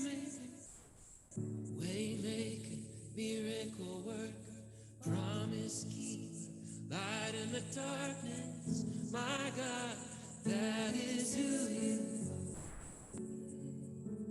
You are way maker, miracle worker, promise keeper, light in the darkness. My God, that is who you are. Yes it is, yes it is.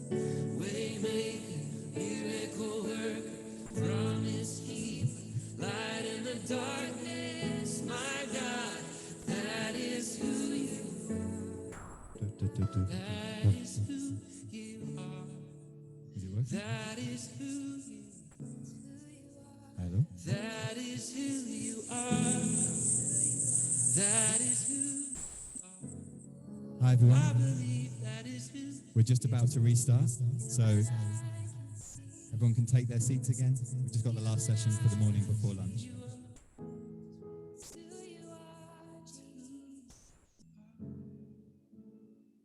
Is this working? It's not.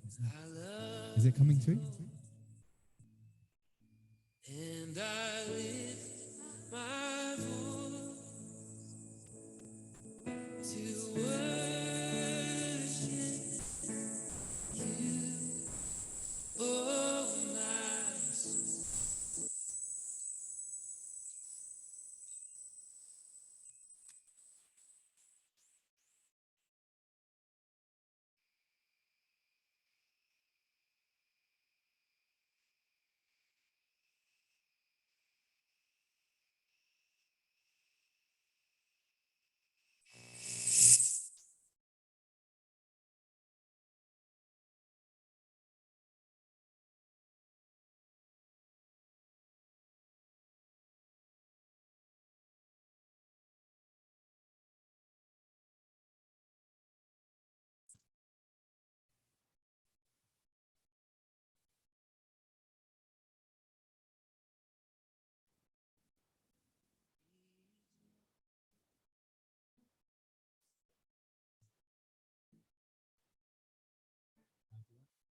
Just as everyone settle back in after the tea break.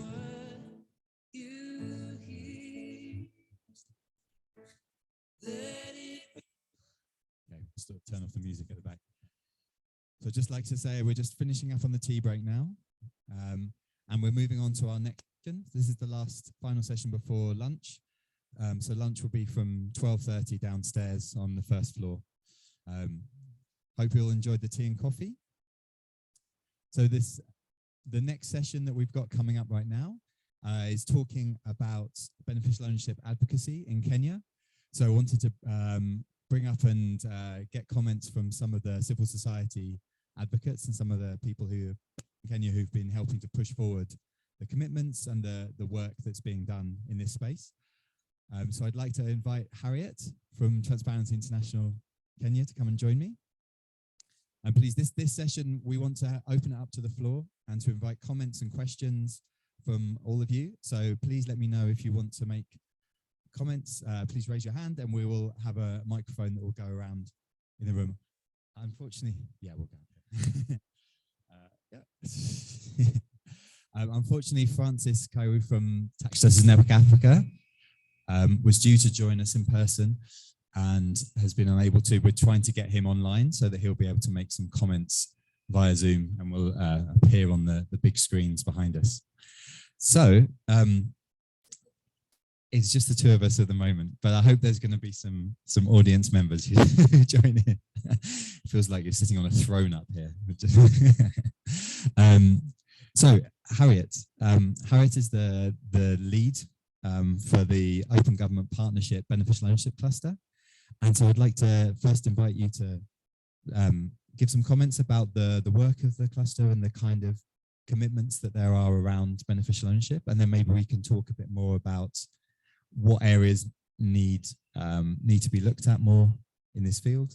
And specifically, it would be great to open it up to the floor and see what can be done, like what needs to be done in the next 6 months or year to spread awareness about beneficial ownership and some of these changes that are happening. So I'll hand over to Harriet to ask for some introductory comments about that. Thank you. Thank you. Thanks. Can you hear me? Hi, Nancy. Seeing you out. I hadn't seen you. So that's wow. That's quite broad. But I mean, with regards to beneficial ownership transparency, I can honestly say that this is a conversation that has been largely driven, undertaken, implemented under the Open Government Partnership, particularly after the London Anti-Corruption Summit in 2016. That's when it really gained traction, and in Kenya. And under that arrangement, the convening that is Open Government Partnership, we had a very strong collaboration between civil society organizations led by TIA Kenya and the Business Registration Service and some practitioners. Malaka is here. We like to think of ourselves as a deep state of beneficial ownership transparency in Kenya. So, since then, under the OGP, we've some ambitions that have seen Kenya get to where it is today, simply starting by having a description of beneficial ownership transparency, initially in 2017 in the Companies Act, Companies Amendment Act of 2017, and then progressively working to, getting regulations that would then roll out the implementation of beneficial ownership transparency. So with the first regulations in 2020, and then with the current regulations that have opened up the space even further, where we are now seeing a partially open register. So just, no need to go through what colleagues from BRS and EATGN presented earlier, but it has been quite an interesting journey walking that journey since 2016. In the current OGP National Action Plan, the ambition is to have the current register conform to the BO standard, which Stephen spoke about actually. And then we had some ambition in the National Action Plan 3 that didn't quite get to see the light of day, that we then, are still trying to see how to implement. So one of them is on linking beneficial ownership data with companies that have been debarred under the Public Procurement and Asset Disposal Act of 2015. So trying to get a module under the beneficial ownership register that flags the owners of these companies that have been debarred. The other ambition is having, again, a module of beneficial owners of companies that have been convicted of bribery and corrupt practices. And this is something that we are hoping to work very closely with the Ethics and Anti-Corruption Commission. And then the final one, which is still a bit tricky, and Leonard is one who mentioned an OGP meeting that we had about 3 or 4 weeks ago, where we realized that, we might need a bit of rethink on how that looks like. So there's a commitment on having or actively looking at beneficial owners of companies that are buying property. Yeah. So it's, and that was born out of the idea that a lot of illicit funds or proceeds of crime end up being converted into property in Kenya. And we have seen quite a few examples in the media in the recent past. So there was that ambition to now actively look at the beneficial owners of these companies that are buying property, hopefully publish that data. But it's one of those that we still trying to see how are we going to roll that out. And there's also another commitment captured under open contracting that looks at, how is it captured, Charlene? The mining, oh, okay. Yes. We're trying to capture beneficial ownership information of mining company, companies that have been awarded mining contracts and permits, which is huge, considering we still don't have those contracts. For example, tallow contract, the contract with tallow oil, it's not yet public. So we have an ambition to get beneficial owners of such companies that are getting such contracts. So it has been a progressive conversation, building on, trying to be incremental, just trying to seal the gap as we move, and appreciating some of the gaps that Mary had highlighted.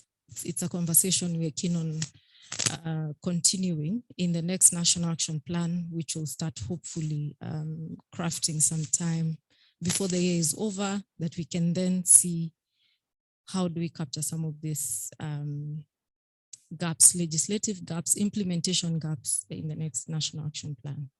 Stephen, I don't know if I've responded to your question, but yeah. Thank you very much. Yes, to my very, very vague question. Thank you very much for that. So it's very interesting to say that some of those issues we're seeing from open ownership in other countries as well. There's other places which, through the Open Government Partnership action plans, have committed to either publishing more data around beneficial ownership or having public registers, or even in the case of 4 or 5 countries, aligning with the data standard, which is part of my role to look after and help to share the information about that. Just very quickly to share a bit more on that.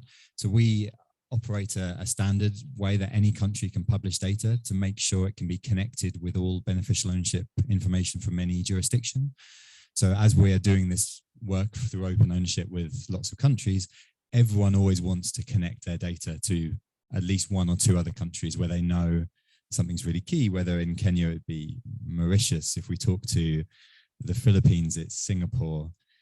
There's lots of good examples of why producing good beneficial ownership data makes it a lot easier to link it with what's happening in other countries. And in my team, Open Ownership, we already produce data from, we have to pull together data from several places, the UK, Denmark, Slovakia, and we'll soon be adding Nigeria to that. So that you can see how all of that data can be connected. So if you have someone owning UK companies and Nigerian companies, you can link all of that together if the data is produced in a certain way. So that's part of the exciting work that we're doing in Kenya. On extractives, that's, again, it's an interesting challenge that I hope some of my colleagues will be sharing more about over the next couple of days. Open Ownership has a partnership with the Extractive Industries Transparency Initiative, or EATI, called Opening Extractives. We're partnering with 12 countries to focus on how we can help them produce better data on beneficial ownership of extractive companies. Across Africa, we're working with Ghana, Zambia, Liberia, Senegal, and Nigeria. Favour, I got it right. Yeah, that's the right. I got them. I remembered all the countries. So many countries. My colleague Favour is leading on a lot of that work. And what the focus there is that not only do those countries release more contracts and there's more kind of transparency around extractives that is expected under the ITI standard, but also that they will get better at producing their beneficial ownership data. So all of it can be connected up. That's a process that we're in year 2 of a 5-year project to do that. So if anyone is interested and if anyone's doing work around extractives and wants to find out more, please come and ask me or the team and we'll be happy to share about that. We've started producing reports about all of those countries on our website. So there's one now about Liberia, and other ones will come soon that summarizes where each of those countries is and what they're going to be doing in the coming years. But we'll be very excited that Nigeria is due to launch their new register, which uses our data standard in a month or so's time. I think the data's moved slightly, but it'll be July or August that will be unveiled. So maybe a question to continue the conversation. So the OGP National Action Plan that's in place at the moment has been in place since 2020. So it's for 2 years and there'll be a new one coming. Are there particular groups in Kenya where you've seen the kind of awareness of beneficial ownership come up during that period? Or are there, I'm wondering whether is it that companies need to understand this issue more, or is it that it's kind of complicated and civil society and the public need to understand it more? Or is there, what do you think would help in the next, let's say 2 or 3 years in the action plan? Who needs to understand these kind of concepts more? I think for where we are at, and BRS will attest to this, there's been a lot of focus on companies understanding the requirements so that they can be compliant. And there's been a lot of targeted awareness, towards that particular group of people, to avoid the fines, the hefty fines that, government will always institute when companies are not compliant. We've seen a lot of interest from civil society organizations just trying to understand what is beneficial ownership transparency and how does it affect, or how does it help advance the fight against corruption? Though I'll still admit it's still a foreign concept to most. It's a fancy term, to most, that we still don't understand what it means. And especially at grassroots level, I think it's still a conversation that's still at the national level. And for citizens, they may understand not the terminology or the complexities of it, but how it occurs. So you mentioned a scandal, for example, the one that I like referencing is the NYS 1 scandal, the National Youth Service. And we had this hairdresser who registered a company, and within 3 months, a company was awarded contracts close to 1 billion Kenya shillings. That's what, $10 million, something like that. And so people would wonder, how did a hairdresser get to that position? And there was always that whisper of there's somebody, she was holding brief for somebody. So they would understand that, but the moment you mention beneficial ownership, they'll sort of blank out. So we might want to relate, that very, vivid spectacle that we were all treated to, and relate that to the complex or, to the phenomenon or to the technical term that is beneficial ownership. So we are still not there yet. Another group that I would say hasn't really appreciated this is the media. And the media, by and large, is the one that has unearthed some of this corruption scandals. But I think the level of awareness has still, it's still a bit low. And it's something that we might want to pick up and, get traction, get them to understand what it is and get more stories coming out, particularly now that we will be publishing beneficial ownership data of companies that have been awarded public tenders. That's a game changer. That's get a media house, any media house, to map the data on the public procurement information portal. Just map the data that has been published there for 3 months. That's a story. It's a huge story right there. I think the closest we've come to getting such kind of stories is from Africa Uncensored. Actually go to YouTube, check what Africa Uncensored has done. But they're not mainstream media, as it were. I mean, they're, so how do we get a mainstream media that keeps us, following politicians from morning to evening? How do we get them to that place where they're actually now telling us all these interesting stories about beneficial owners that are running this country to the ground in some respects, right? Or that are in charge of getting us into contracts that we end up paying through the nose for substandard services or for mega projects that we didn't even need in the first place. So that's a group of people that, we might want to move the conversation to, but we are getting there. Yeah. Thank you. So I'm I'm originally from the UK and I currently live in Zimbabwe, and it's very interesting on the media side to see how it's covered differently in different places. There are a number of investigations that have been done on Zimbabwean business interests and how there's lots of links to some of the parties there. But also we see the same thing in the UK. The beneficial ownership data from the UK is all published by Companies House, so you can go and search and look on that. That's been the case since 2016. And there's some very interesting studies if it helps people here who are doing work around advocacy about the value of that and who's using that. These have all been published by the UK government. And the UK government's also endorsed our data standard recently, and we're working with them to see how they better use that. But a thing that links to maybe how this issue is happening internationally is that the UK is often linked to lots of tax havens, like the Crown dependencies and overseas territories. And just to make sure that everyone here is aware, all of those places have to have a public beneficial ownership register by the end of 2023. So it's really interesting to be talking about these kind of issues at this stage where we are on the verge of seeing lots of countries and jurisdictions publish data in some way or make it more public in some way. Unfortunately, in a lot of cases, it's not as public as we'd hope.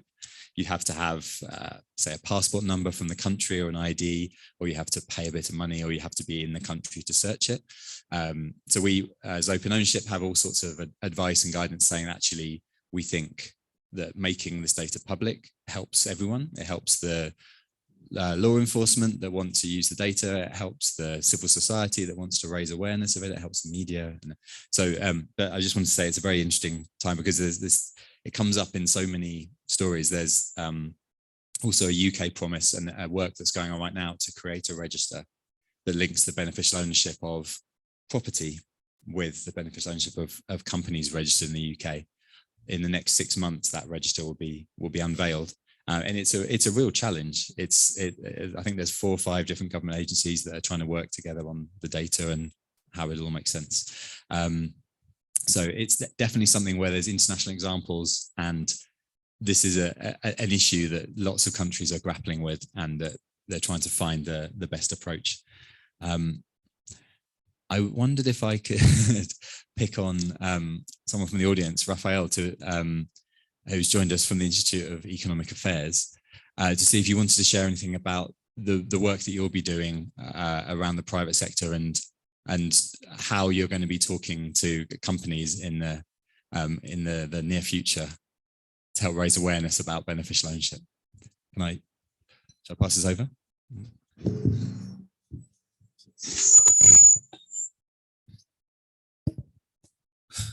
Good morning, everyone.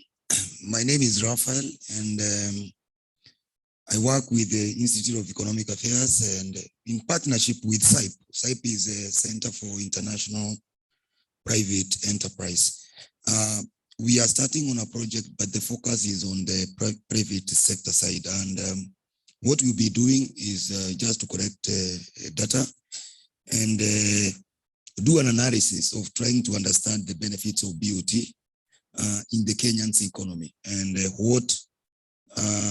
and then the private sector, we need to come up with on how the private sector can get involved, and also have an understanding of the perspective of BOT and what needs to be done to increase the interest of and the commitments by the business and also by the government in terms of trying to bring out the issues very clearly.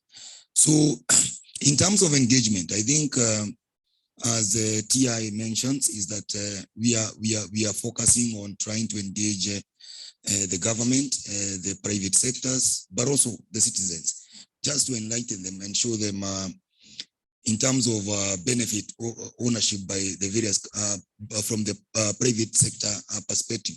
If we can be able to focus more on those key areas, what benefits does it then bring to the Kenyan economy? So as I mentioned, we have not actually started to work on the study.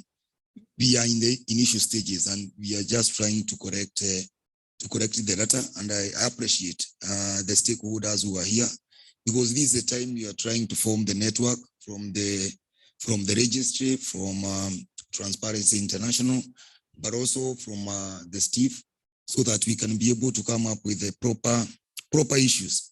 And then we focus particularly at the private sector side to see what we can be able to work on. Thank you. Thank you very much. So I was just checking. Unfortunately, Francis from Tax Justice Network Africa won't be able to join us. He's still having network issues signing in. I understand there's a question. A question that's been raised online, and if anyone else has any kind of other topics or questions about the OGP process or beneficial ownership advocacy, please have a think, and we can open up the floor to more of a discussion about this. Favour. Thank you, Stephen. Yes, so we have a question from Evelyn Mwendo, and it says, how do we balance data protection concerns with increasing access to BO information? So how do we balance data protection concerns with increasing access to beneficial ownership information?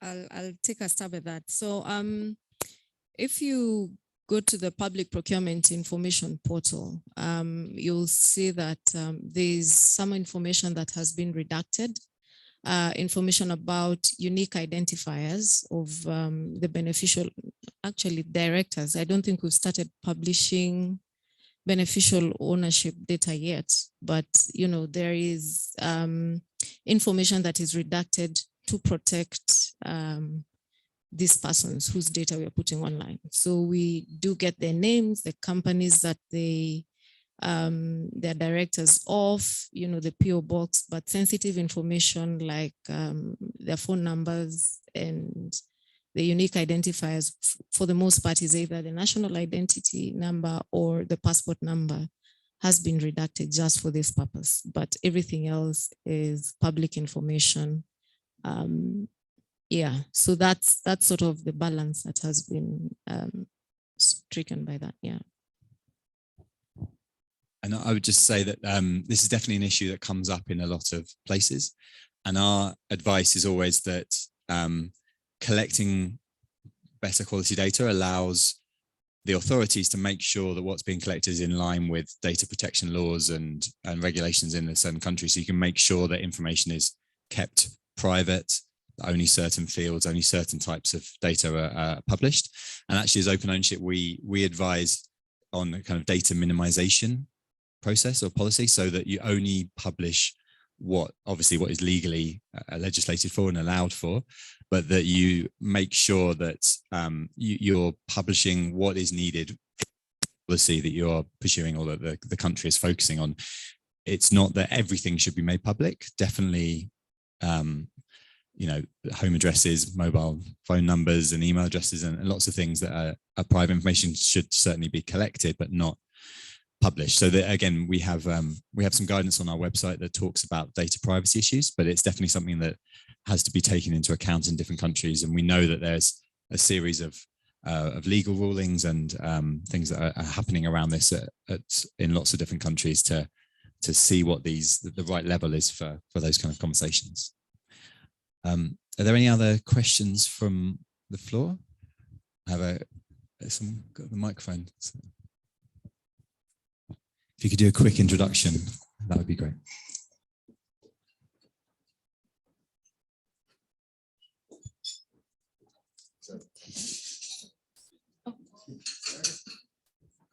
It's okay. Thank you. Good. I think it's afternoon already. My name is Irene Boke. I work at GIZ. I have a comment, but also in form of a question. And when you're talking about institutions or actors who have not yet appreciated the importance of beneficial ownership information, and Harriet talked about the media, I also think is access to this information first an issue for them, because if it's not publicly available and they're not able to access it, then in as much as they will follow the stories, it only reaches to a certain point that they cannot access further information. So perhaps maybe that will be a comment to BRS and also in future advocacy as we're thinking. Then we can also think about opening up the register, to even media houses, maybe if it's beneficial. I know sometimes it comes with a bit of controversial issues. A question, and I think I feel like it falls within the advocacy area of beneficial ownership is on the use of beneficial ownership data. And I don't know if there's, what are they called? Some of the competent authorities that have access or could get access on this data present. And do we have success stories yet that we could say it's because of the information that has been collected by BRS that we are able to link, because there have been scandals coming up even after we've already have the register.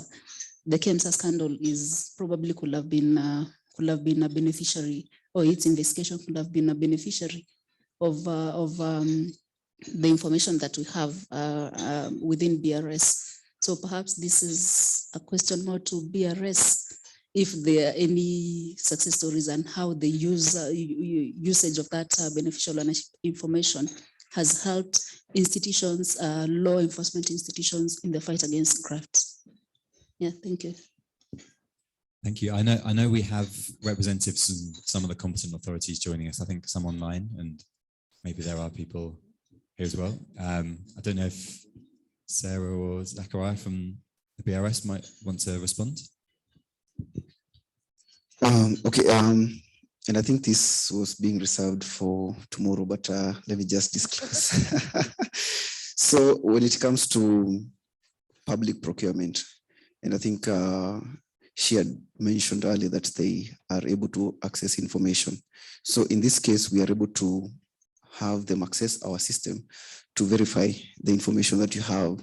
So besides the basic information that is the director shareholder information, I think we'll be also able to provide the beneficial ownership information to them to also verify to anyone who is going to be contracting with maybe the government, so that if a scandal maybe erupts, the information is public, it is published in their portal.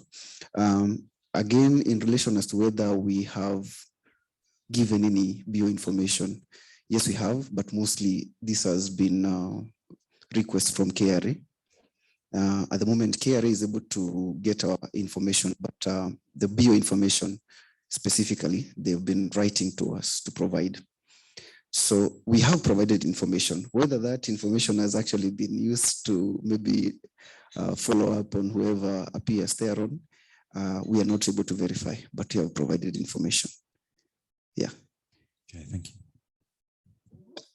And maybe just to add on a bit, I think it's good to appreciate that the process of investigation, prosecution, adjudication of corruption, corruption and economic crime cases in Kenya takes anywhere between 3 to 5 years. So by the time a case is investigated to conclusion and goes to court, we are already in year 4. So ask us that question in 3 years' time. We might, there might be some good data to report and even convictions based on beneficial ownership data that has been accessed, processed, and used as evidence in court. I think EACC also told us they have read-only access to the register as well. So that's a positive, huge step forward, better than where we were when we started. I'm pretty sure if anybody now wants to play around with the government money, they will realize that the landscape has changed significantly. And because this information will now be publicly available, we won't wait for leaked data, such as that has been used by African Censor to get those stories. It will now be publicly available for people to see real time that these are the people responsible for this and that and the other corruption scandal, alongside all the other loopholes that we are sealing, the debarment that is now happening, blacklisting of companies that is now actively happening. So it's a changing regime that we hope will bring a lot of changes in the coming months. Yes. I think one of Irene's other questions was about whether the register will become public or will be public in future. I don't know if people in the room have thoughts about that. I know there's an OGP kind of plan or commitment to have the register be public. There's a few people adjusting their clothes. What do you think that will happen, or do you think that we need to see more kind of usage of this within the government and within the competent authorities before there's the case for that? I don't know how you think that will happen. I mean, I'll be honest, and Sarah is smiling because she knows in a meeting that we had in December, was it? December of 2021, we were actively just said, no, let's not pursue an open register at this time, because we just had regulations. We thought Parliament would be jittery about amending regulations. Lo and behold, here comes the person who funds our everything, who puts bread on the table, saying you actually need to open your register, and voila, it was open. So it is partially open. So we keep praying that this pressure that came out of the blues will sustain, and we'll actually have an open register in the future. I mean, that was the ambition under the OGP and the National Action Plan 2 and 3. The plan was always to have an open register, of course, appreciating the context in which we operate, the cadre of people that this was targeting. I mean, we are talking about politically exposed persons who, state officers who have lenient conflict of interest laws. So anywhere, we're trying to cut off the gravy train, they'll come back fighting. So we ended up having a register, yes, but closed, but we have forces that are now showing us that it's possible that we can have a fully open register. And I'm confident 2-3 years, we might actually get there, having a fully open register. Yeah. Another question? Yes. My name is Purity Mukami. Of course, I'm happy to hear you mention Africans, but also take in the beating from India, who are not working as hard as expected with the effort of everyone else. My question was, and I came late, so I missed the first 2 sessions, but from my past work, 2 things that comes to mind. With the beneficial ownership data set, what's the legal implication for the person named as the beneficial owner? For example, if a scandal comes out, like with KEMSA, we saw people saying, I was just a company, the account number is for this person. So when every company has a beneficial owner that they have declared, what is their legal obligation for that beneficial owner? And then my second question is, how, in your opinion, and from your vast experience, how do you think this beneficial ownership transparency in the Kenyan context? We know they will use the in-law of the brother of the state officer and probably put that person as beneficial owner.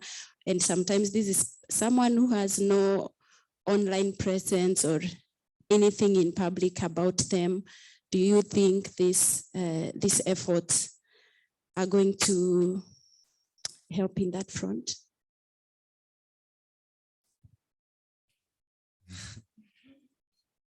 So we know making sure that the beneficial owners are actually the beneficial owners is a big issue in lots of places. And it was mentioned by the BRS earlier that there are certain regulations, requirements for the company to make sure that the information they're providing is accurate. On the Kenyan context, I don't know if Sarah wanted to say something. I'm sorry, I was noting something down. So the first question that you asked about when bioinformation is given and I put my relative, like I'm trying to hide. Well, this is one of the challenges that we face as a registry. As Zacharia had already made his presentation, he pointed out section 872 of the Companies Act that provides that it is an offense to give misleading information to the registrar. And that is one of the aspects where we face challenges, because as a registrar, I'm not able to know whether, you see, in that beneficial ownership form, there is a place you're supposed to fill that. Where did you get this information from? Is it from the beneficial owner? Is it from an agent? Who gave you this information? So in most instances, it is the person. Myself, if I'm a director or a shareholder, it is me filling that form. So if I lie to the registrar, as a registrar, I have no means to verify. So and that is one of the reasons why it is very important to give us accurate information, because if you give us false information, this is the exact same information we will give to the competent authorities. You see, they will rely on the information that they have gotten from the registrar, and the registrar, I'm relying on what you tell me. So you see, we are not able to fight these illicit financial flows. The second question you asked, the legal implication of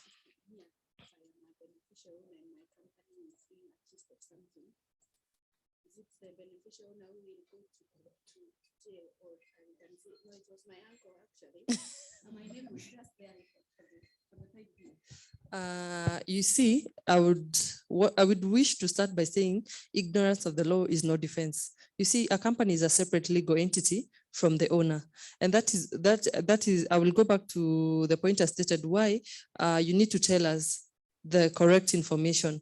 When there is a scandal, like the KEMSA scandal, the NYA scandals, I don't think you have an opportunity to say, I didn't know. Okay.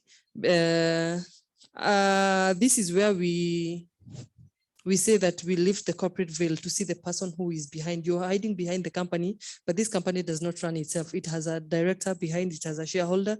So we go after the person.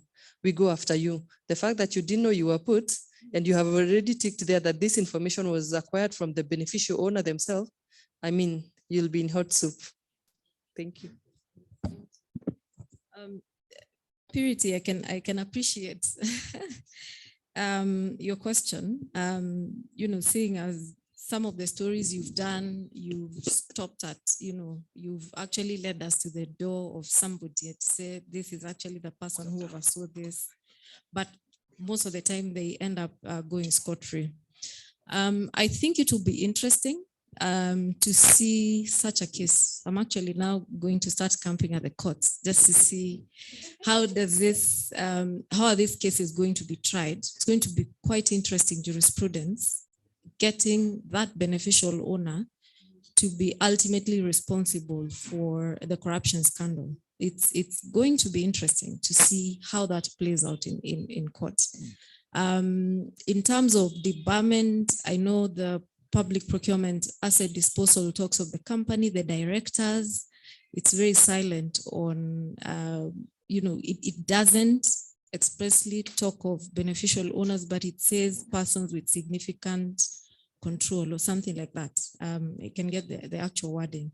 So already, if a company has been debarred, we're going after the directors, we're going after people that have a significant control in the company. So that is some sort of liability on this beneficial owner that is in charge of a company that has been implicated in corruption.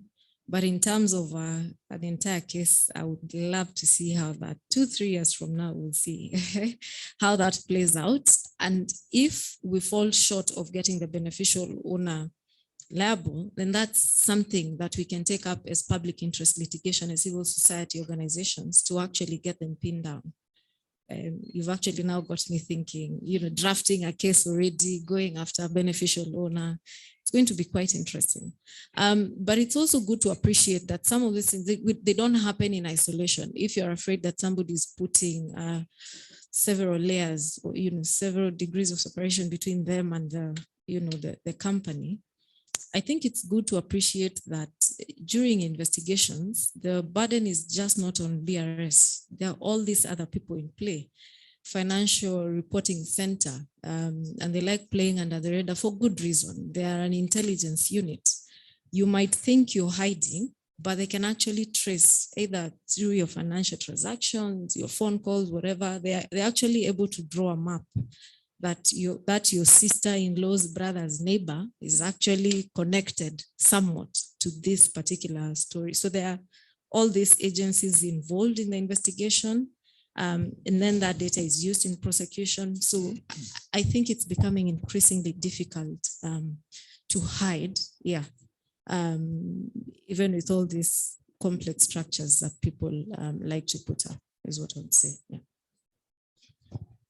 And from my side, I'd say that one of the most prevalent uses we see for beneficial ownership information and data is combining it with information on politically exposed persons or other data that comes from elsewhere. As Harriet was saying, it's really important that this is only one type of information that authorities can combine them with what they know from elsewhere. And if we want to, there's some very interesting examples about how, for example, the data that we help to advocate to produce can be connected with other data sets.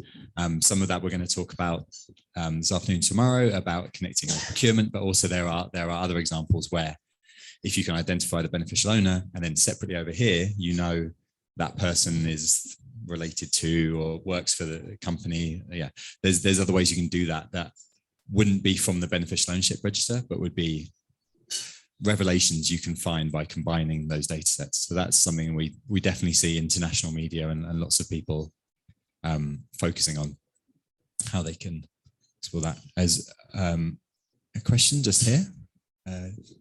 I just one point to add to that, if I can just jump ahead. It's not a separate question. Also to make the point on the beneficial ownership registers, then people often see them as like a one-to-one reflection of the truth, but that's not what they are. They're statements about ownership made by individuals at certain points in time, and verification can do a bit to make sure that the accuracy is improved. But at the end of the day, if someone really wants to lie, they're going to lie, and the job is to figure out when they're lying. And so when we came up with our sort of principles for effective disclosure, that on your little bookmarks, we ran consultations with different data users, user groups, including law enforcement, and to our initial surprise, law enforcement were actually the group saying, we don't really care about verification that much because we combine beneficial ownership data with information that we find through investigations, and is actually where the declarations made that are suspicious is to them, a lead to follow. And we have lots of examples from the UK and the Ukraine where unverified data is still incredibly useful. I mean, we still advocate for the verification data, but I think it's often, there's sort of an overemphasis on it, because I think the objective is not 100% truth, because there's statements made by individuals.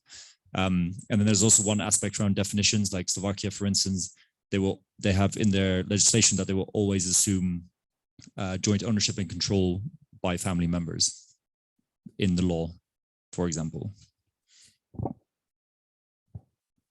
Thank you. I think there's one more question just here. Mine, I think, is both a question and a comment. I've introduced myself. My name is Wamboi Mutugi. I'm an independent legal consultant. I have worked personally with some of the things that you mentioned in regard to the PIL cases that are coming up now with the Proceeds of Crime Act coming in. And you'll see that the beneficial ownership legislation has not paired in very seamlessly with statutes like the Proceeds of Crime Act, where we're having the Financial Reporting Center coming through and actually going with cases from the beginning to fruition. So I think that's a comment. The other thing I wanted to mention was something that propped up about the politically exposed persons, because the beneficial ownership laws that have, or the amendment that has come up with our Companies Act, will synchronize with the political exposed persons having to make those declarations bluntly and clearly, even when it comes to procurement. I believe somebody on the table there mentioned about our recent COVID supplies case, which is KEMSA, which is well known.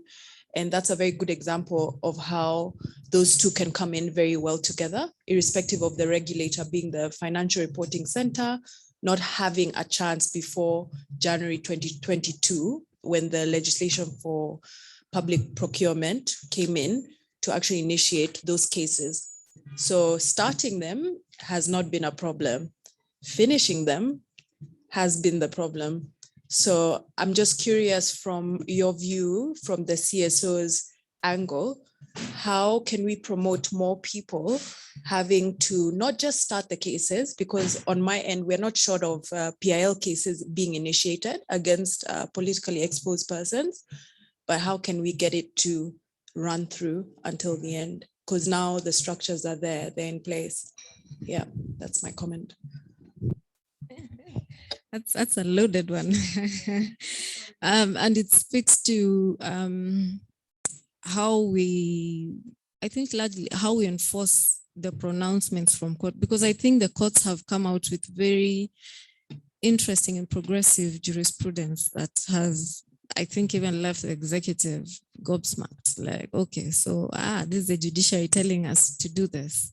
And that's what we are relying on as CSOs, to get the judiciary to force, for lack of a better word, the executive to implement some things.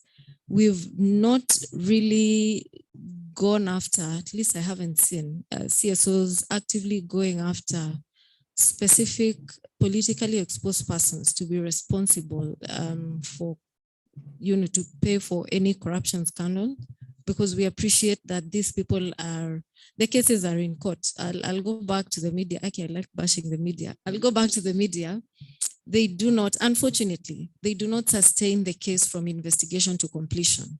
So we'll see a lot of media coverage of Kamata Fridays, or for those who are not Kenyan, people getting arrested on Fridays. Their house is being ransacked or, being raided by investigative officers. Then the story dies down. What they don't tell us is that actually the investigations lead to prosecution. You only get to see this if you follow the ODP, the Office of Director of Public Prosecutions. They'll actually issue a statement to say that we've actually received the file from the investigators and we believe that this person has a case to answer. Therefore, we have opened a case at whatever court and will be proceeding with the prosecution. And then 2, 3, 4, 5 years later, these people are actually found guilty. And then you may or may not find this information in the media. It was more interesting to show this person was investigated or was called for, to give statements and so on and so forth. So a lot has been happening in the background. I'm not running PR for the EACC, but that's just facts. There've been a lot of convictions that have come up in the last 2 years alone that we've not seen, that, has not been there previously. And this is not being reported. But there are those particular people that we get frustrated. We've not seen anything happen, like the cancer scandal. There, I have no answers. We just know EACC and ODPP is fighting, they're exchanging files.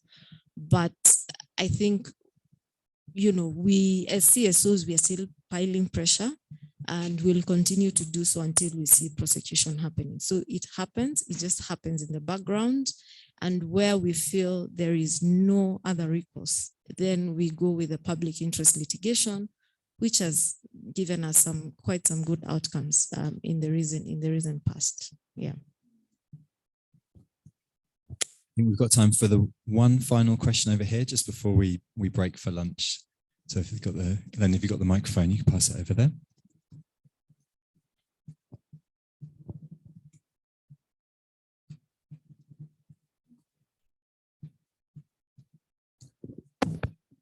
Thank you very much, Harriet and Steph. A couple of comments and questions. So I just wanted to follow up on what Purity asked about people hiding the BO information or the information about the operations of their company to a relative of a relative and of a relative. I think that's something that is we've seen that it's happening, and I think from a discussion that we had, we were suggesting that if we could maybe link the bio information to bank operations, because we know the definition of significant control is also still an issue. So if there could be that linkage, because anybody who is operating a bank account of a particular company, this is somebody who controls the operations of that company. So if it's not declared as the beneficial owner in the bio information captured by the BRS, then it means that there's something that is happening, because we've seen cases where money is delivered in sacks. So the other thing that I wanted to mention was in relation to what Harriet has just mentioned in terms of the cases taking a long time and they die at some point without proper ending. I think this is something that even in a meeting that we had, I think a couple of weeks ago with the EACC, there was a request, or there was a suggestion to for ODPP to delegate some of the prosecutorial powers to competent authorities like the EACC, so that we could see some of these cases brought to a proper closure.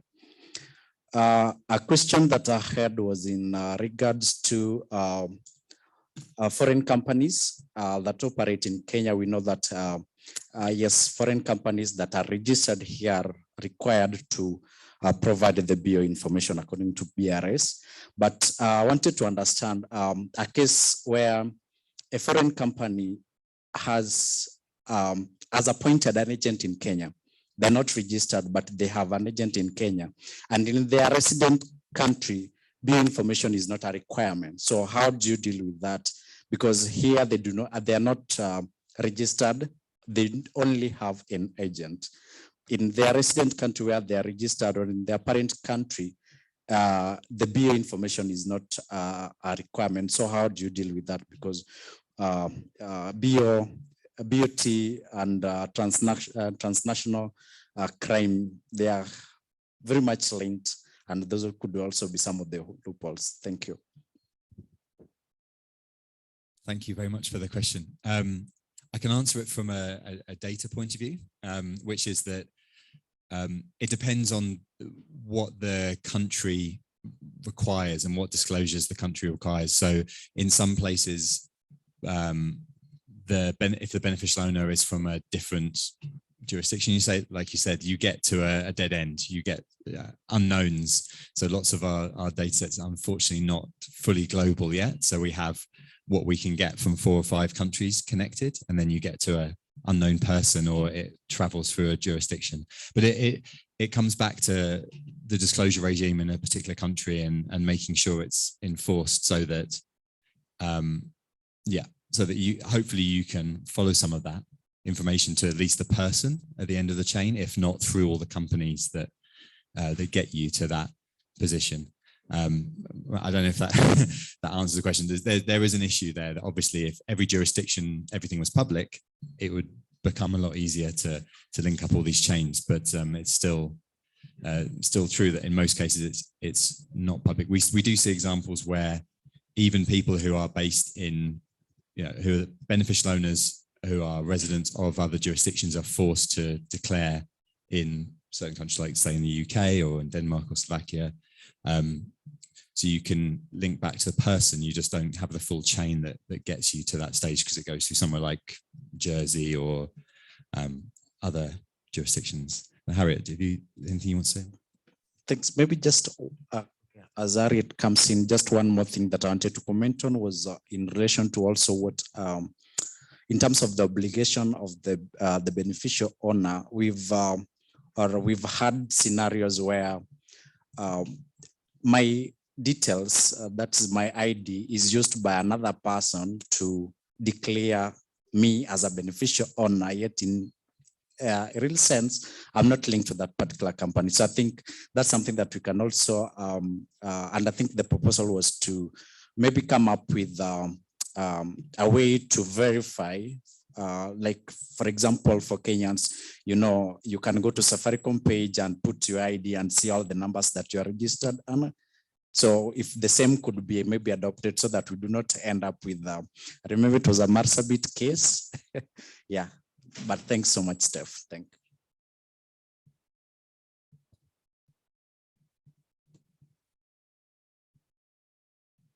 If we could just pass the microphone over to this table here.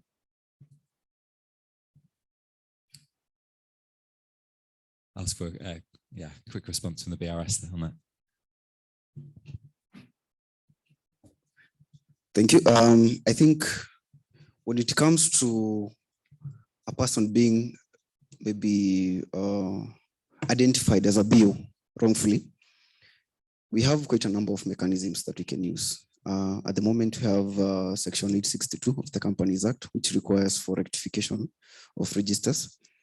And again, the moment your information is used or you are declared as a beneficial ownership information, once you log into your eCitizen account to the BRS portal, you are able to see that company there. So if you find that company there and you're not linked to it, you are supposed to raise that as a complaint to us so that we can address it appropriately, and we can use the provisions that we have to make sure that at least that is addressed. So I think we have proper mechanisms to deal with that, and also working on regulations which will capture the specific procedures for rectification. So I think that will be addressed. As we do that, I think for me, I would also want to bring out two issues. And one is on ease of doing business. If you look at our mission over there,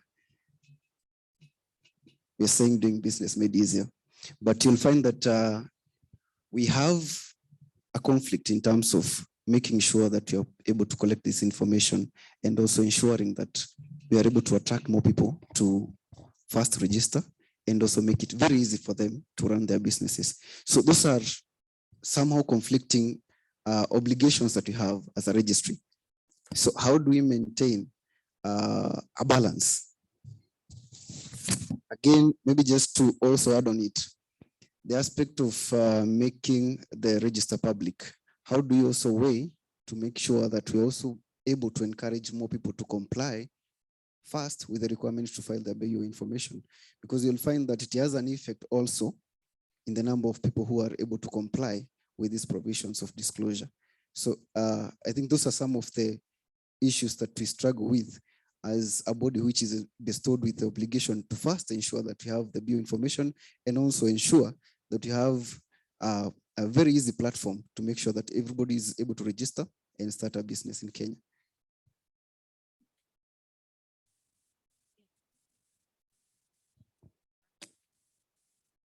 I think for me, how I can wrap this up, if no other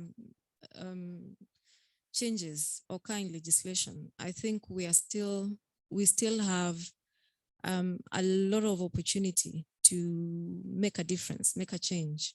From the CSOs, investigative journalists, media, now that we will be publishing data of beneficial owners of companies that have been awarded public contracts, that's a game changer right there. Pick a scandal, any scandal, eyes closed, go back when it was almost always related to public procurement. And now we are publishing that data within a relatively short time. If we were to go by the provisions of the Executive Order 2 of 2018. So we are already in the future, as it were, with regards to the fight against corruption. So even if nothing else changes, that in itself has unlocked or has shone a light on an opaque system that allowed a lot of bad things to happen for the longest time. So we are halfway there. And then you put this, you look at how we have also progressed in terms of the asset recovery. You may see EACC tweeting that they've recovered X amount of money, in their billions. That's not just empty speak. They are actively recovering assets through civil asset forfeiture procedures, which basically means they don't have to wait for a conviction in court before they can come after your money. They're simply saying you have been, you have a case in court ongoing. In the meantime, we are freezing your assets all your assets. And I think we've seen, former Governor Waititu and several others. So they are going after your assets, they're freezing them, even as you prove your case in court, asking you to prove that you gained this property legally. And, so there are a lot of things that are happening that are making it more difficult to be corrupt. And of course, as I said, FRC doing a lot of intelligence work and supporting the investigative agencies in this. So we really, I don't think we are at an area where we need to panic yet, or, to say, oh, beneficial ownership data is not helping. It is helping, and I strongly believe 2-3 years time, that sounds like a million years in Kenyan speak, but we'll see some good things happening. And I'm one of those people that believe, we'll actually will slow down corruption in the coming years. One of the things that we might want to look out for is enforcement of compliance. I think that's something Zacharia is alluding to. We've seen PPRA struggling to get procuring entities to publish data. And this was just basic data on who they're awarding the contracts to, how they awarded these contracts. We are seeing challenges in that area, and we are seeing BRS getting into that as well. How do we get companies to comply? What is at stake we can use to get companies to comply? And this is something we can continue having dialogues on. What is the best way to do this? Are we strengthening the laws to enforce compliance, or are we giving these institutions power to enforce compliance? These are conversations we can have within the OGP or with other spaces where we can get to a solution to enforce compliance. We've spoken about verification and audit of the data that's coming in. I strongly believe if we throw money at BRS, they'll hire 100 more people and they'll start auditing. So GIZ is in the room, FCDO is in the room. Give us the money. Give Zacharia and Sarah all your money. I'm pretty sure they'll be sorted, and we'll start doing some good things. And largely, and finally, looking at the gaps that were raised earlier by Mary and Leonard, being a country that is obsessed by legislating everything, it's important that we do seal those. They might look small, but they actually hinder a lot of progress from happening. So we'll keep an eye on the amendments that need to happen, the harmonization of the regulations, as lady, I've forgotten your name, the legal practitioner, with the Proceeds of Crime and Anti-Money Laundering Act, with the public procurement and asset disposal. Like I mentioned, there's that bit of disconnect between who we are debarring or the persons implicated in the debarring process. We might want to strengthen that. The conflict of interest laws that are captured in the Public Officer Ethics Act and the Leadership and Integrity Act, it's about time we now started actively asking public officers, state officers, to now tell us and to file, information about the interests, the beneficial owners of companies that they are, companies where they are beneficial owners of, to be part of the wealth and asset declaration forms contained in these two acts. Strengthen that sort of legislation, and then see where that leads us. Again, it's another game changer. Make those wealth and asset declarations public, and you'll begin to see, again, a lot of interesting things happening. And finally, funding for accountability. Going back to my two donors in the room, that's a conversation that really needs to be had. We need BRS well-funded, PPRA well-funded, EACC, everybody actually right now, especially the oversight agencies, have a lot of funding gaps, and this affects how they implement their mandate over and above, the legal issues or the mandate being affected by the law, but these do need a lot of funding to execute whatever mandate they have. And it's a conversation, again, we can have under the OGP on how do we get optimal funding for our oversight agencies, so then we can begin to turn the tide, governance and accountability in Kenya. Thank you. Thank you so much to Harriet for carrying the panel all alone.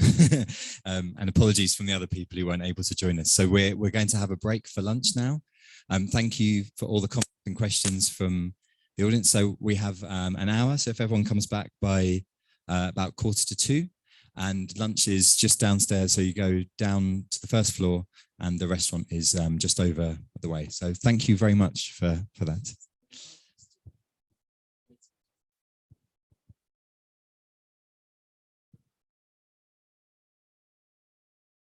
Okay, I think we're going to gather for a photo quickly. Everyone wants to go. Okay, right. Yeah, people can leave stuff in the room if they want to over lunch, but I think we're just going to come and do a photo now. Okay.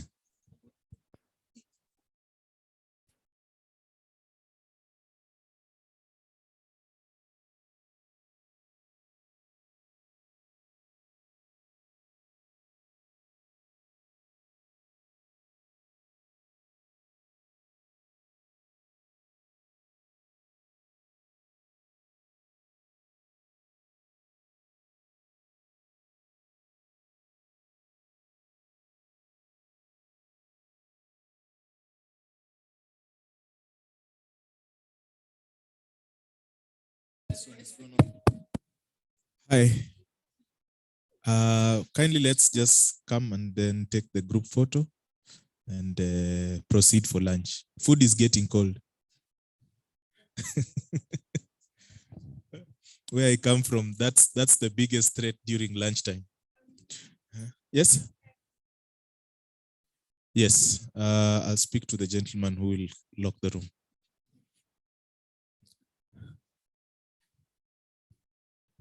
I hope it's not a question of height.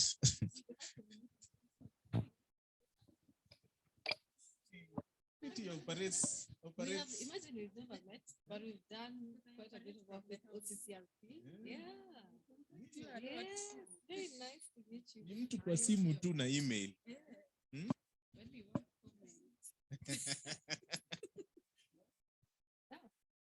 Stand with my fellow dipsticks. The toll will go. This one, is it detachable?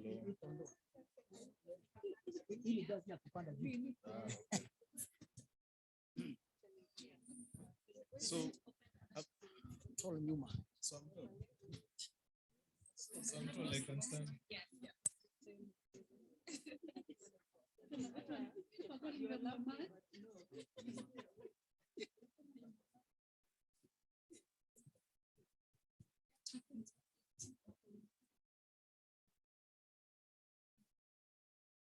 If I ever forget any of you, at least I'll have a photo.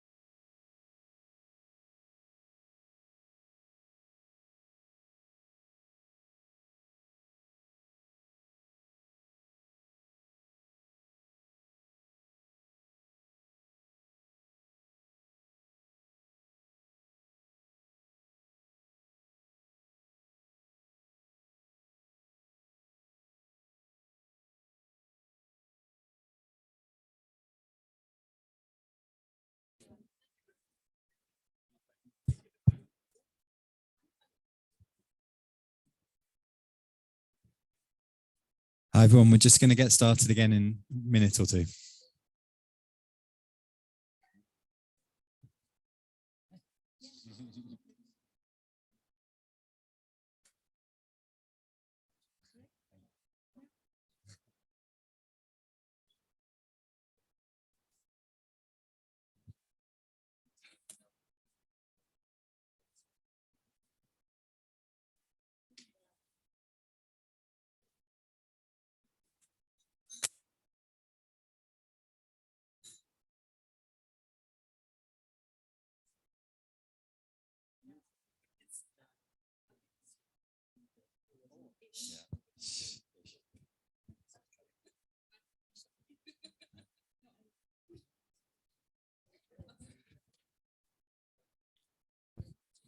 So welcome back from lunch, everyone.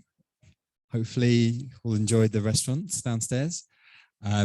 We have 2 more sessions left today, and I'm going to be handing over to my colleague Favour here for the next session that's coming up, looking at beneficial ownership structures. And then after that, we'll have a panel that looks at open contracting in Kenya and what we can kind of learn about the data that's been released there and how people can use it. And then also how that's going to be connectable to beneficial ownership data that is being released. So I'm going to hand over to Favour. Thank you very much, Stephen. Good afternoon, everyone. Good afternoon, everyone. Great. I like an interactive session. So I know we've all had lunch. Yeah, rice, beans, whatever it is that we had, desserts, drinks. And yeah, most of the time when you come back from lunch, people get tired and sleepy, which is understandable. So I'm just going to make us do some exercise a little bit before we get into the session. I learned this from Karabo, so just in case, yeah, you can fault Karabo if the exercise doesn't go well. So can we all stand up, please, so we can move a little bit? Yeah, so we're just going to wiggle, literally. We're just going to, move our hands around and, move our feet around a little bit. So we'll just start by stretching out our arms. There we go. This is probably the only gym session I'm going to have in the next 3 months. But yeah, so we stretch out. It's fantastic. We go to the front as if we're trying to reach the beneficial owner. Fantastic. Great. And then we go up. Great. And then we turn around 360. Great. Fantastic. Yeah, I think that's a great 30 minutes gym session. We can sit now and we can commence. So today I'm just going to be sharing some thoughts about beneficial ownership implementation in countries within the region. And I know that my colleagues have mentioned quite a number of times about the work that we do in Africa. And also they've mentioned Nigeria as well, being a country that is learning from Kenya and more specifically borrowing some provisions of the beneficial ownership regulation. So I just thought it's best for us to just share what exactly is going on in these other countries and how can we learn from the experience in other countries. So I'm just capitalizing on specific aspects of implementation based on the conversations that we had here today. And I'm focusing the next couple of slides on forms of ownership and control. So this is at the heart of beneficial ownership, right? And it's very interesting to see, and which isn't really surprising, the fact that different countries have taken different approaches to defining a beneficial owner, but the underlying principle is largely the same across most of these countries. So what I'm trying to just bring out in this slide is how, or what are the different forms of ownership and control in the different countries. So in Nigeria, we have shares as a very popular one, which you would see in pretty much almost every country that defines beneficial ownership. Voting rights, very common one that you would see in other countries as well. The right to remove or appoint majority of directors is also quite common. And then the right to exercise significant control or influence. And of course, that phrase, significant control or influence within the Kenyan context has been defined to mean financial policies, well, finances and financial policies. But I hear that that's going to be hopefully reviewed in the nearest future. But this is sort of the approach that Nigeria has taken to helping the public determine who a beneficial owner is. In Ghana, we have very similar provisions as well: shares, voting rights, direct or indirect control over significant decisions. But very interesting point here is the fact that they provide some more context, and they've said if you are someone that can determine the borrowing rights of a company, or determine whether a company can borrow a certain amount of money from a financial institution, then you are a beneficial owner. And they've also said if you have the right to amend the business plan or the nature of business or the object, the purpose of that business, then you are a beneficial owner, which I find quite interesting. So it's just to sort of show the different expressions of forms of ownership and control that currently exist across the region. And then, of course, the right to appoint and remove majority directors is a common one as well. Now, moving to the Asian region, in Indonesia, shareholding is a common one, voting rights as well, authority to appoint. But then there's also an interesting point there, which is authority or power to influence or control the company without having to obtain further authorization from any parties. So within the Indonesian context, this is something that perpetuates itself, and this is how people exercise control. And that's, most likely the reason why we have that in their definition of a beneficial owner. In Armenia, we have the generic things in black, and then the interesting things about substantial economic benefit of not less than 15% of the legal entity's annual profit. So if you're entitled to not less than 15% of the company's annual profit, even though you don't have a direct shareholding in that company, you are, considered as someone that has control or exercise control over that company. And then there's the right to influence and control over management and operations. So we can see the different variations of significant influence and control and the different forms of control that exist. So hopefully this could inspire the subsequent revision to the regulations. So country examples within the region. So I'm just going to talk through the key milestones in the different countries that we're currently working with. In Liberia, Liberia is an early implementer. So they've been thinking about beneficial ownership for a long time, but they haven't really gone so far in terms of implementing BO reforms. And we're currently working seriously with the Liberian government to help them take that further step to start implementing BO reforms. They currently have a law, Title V Associations Law, that defines a beneficial owner, but the definition is a work in progress. And then there's currently a draft regulations that we're working on with a consultant to just provide a lot more clarity on how the public can identify a beneficial owner. And also to just try and fill the gaps that are currently existing in the association's law. In terms of systems, there's currently no system for the collection of beneficial ownership data. However, the Liberia Business Registry, in conjunction with the Liberia Revenue Authority, is working together to make sure that there is a system in place, hopefully by the end of the year in December. In terms of data, there is a draft form that we're currently working with the LBR, that's the Liberia Business Registry, to develop and to just make sure it's clear. It collects sufficient information that is specifically relevant to beneficial ownership. And then there are also plans to publish BO data with a subset of the data available. So one of the interesting things that we found with working with Liberia was there seemed to be a misconception about publication, collection of data and publication of data. So the understanding that the Liberian government had was this: if we're collecting 15 data fields from a beneficial owner, or from a declaring company rather, then the Liberian government is required to publish the same 15 data fields. And that's not correct. That's not what public access is about. Public access is about, yes, you collect 15 data fields, but then you only publish a specific subset of that data. And that's also one of the ways that we deal with data privacy concerns, the confidentiality concerns. And I mean, I was just thinking about data privacy and confidentiality when the question came up. I think it was someone online that asked the question. And I was just thinking, when we maybe sign up to Netflix, ASOS, we want to shop, or we want to order food from Jumia and whatnot, we normally provide our email addresses, right? Yes? Yeah, we provide our phone numbers, correct? We provide sometimes our residential addresses, correct? So, I mean, if this information is provided to all these different service providers, obviously they have their data protection in terms of use. I do not see any reason why such information shouldn't be collected by, you know, a government agency.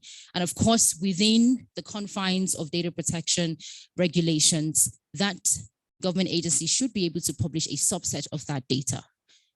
And again, a lot of the public interest data protection debates always hinge on public interest.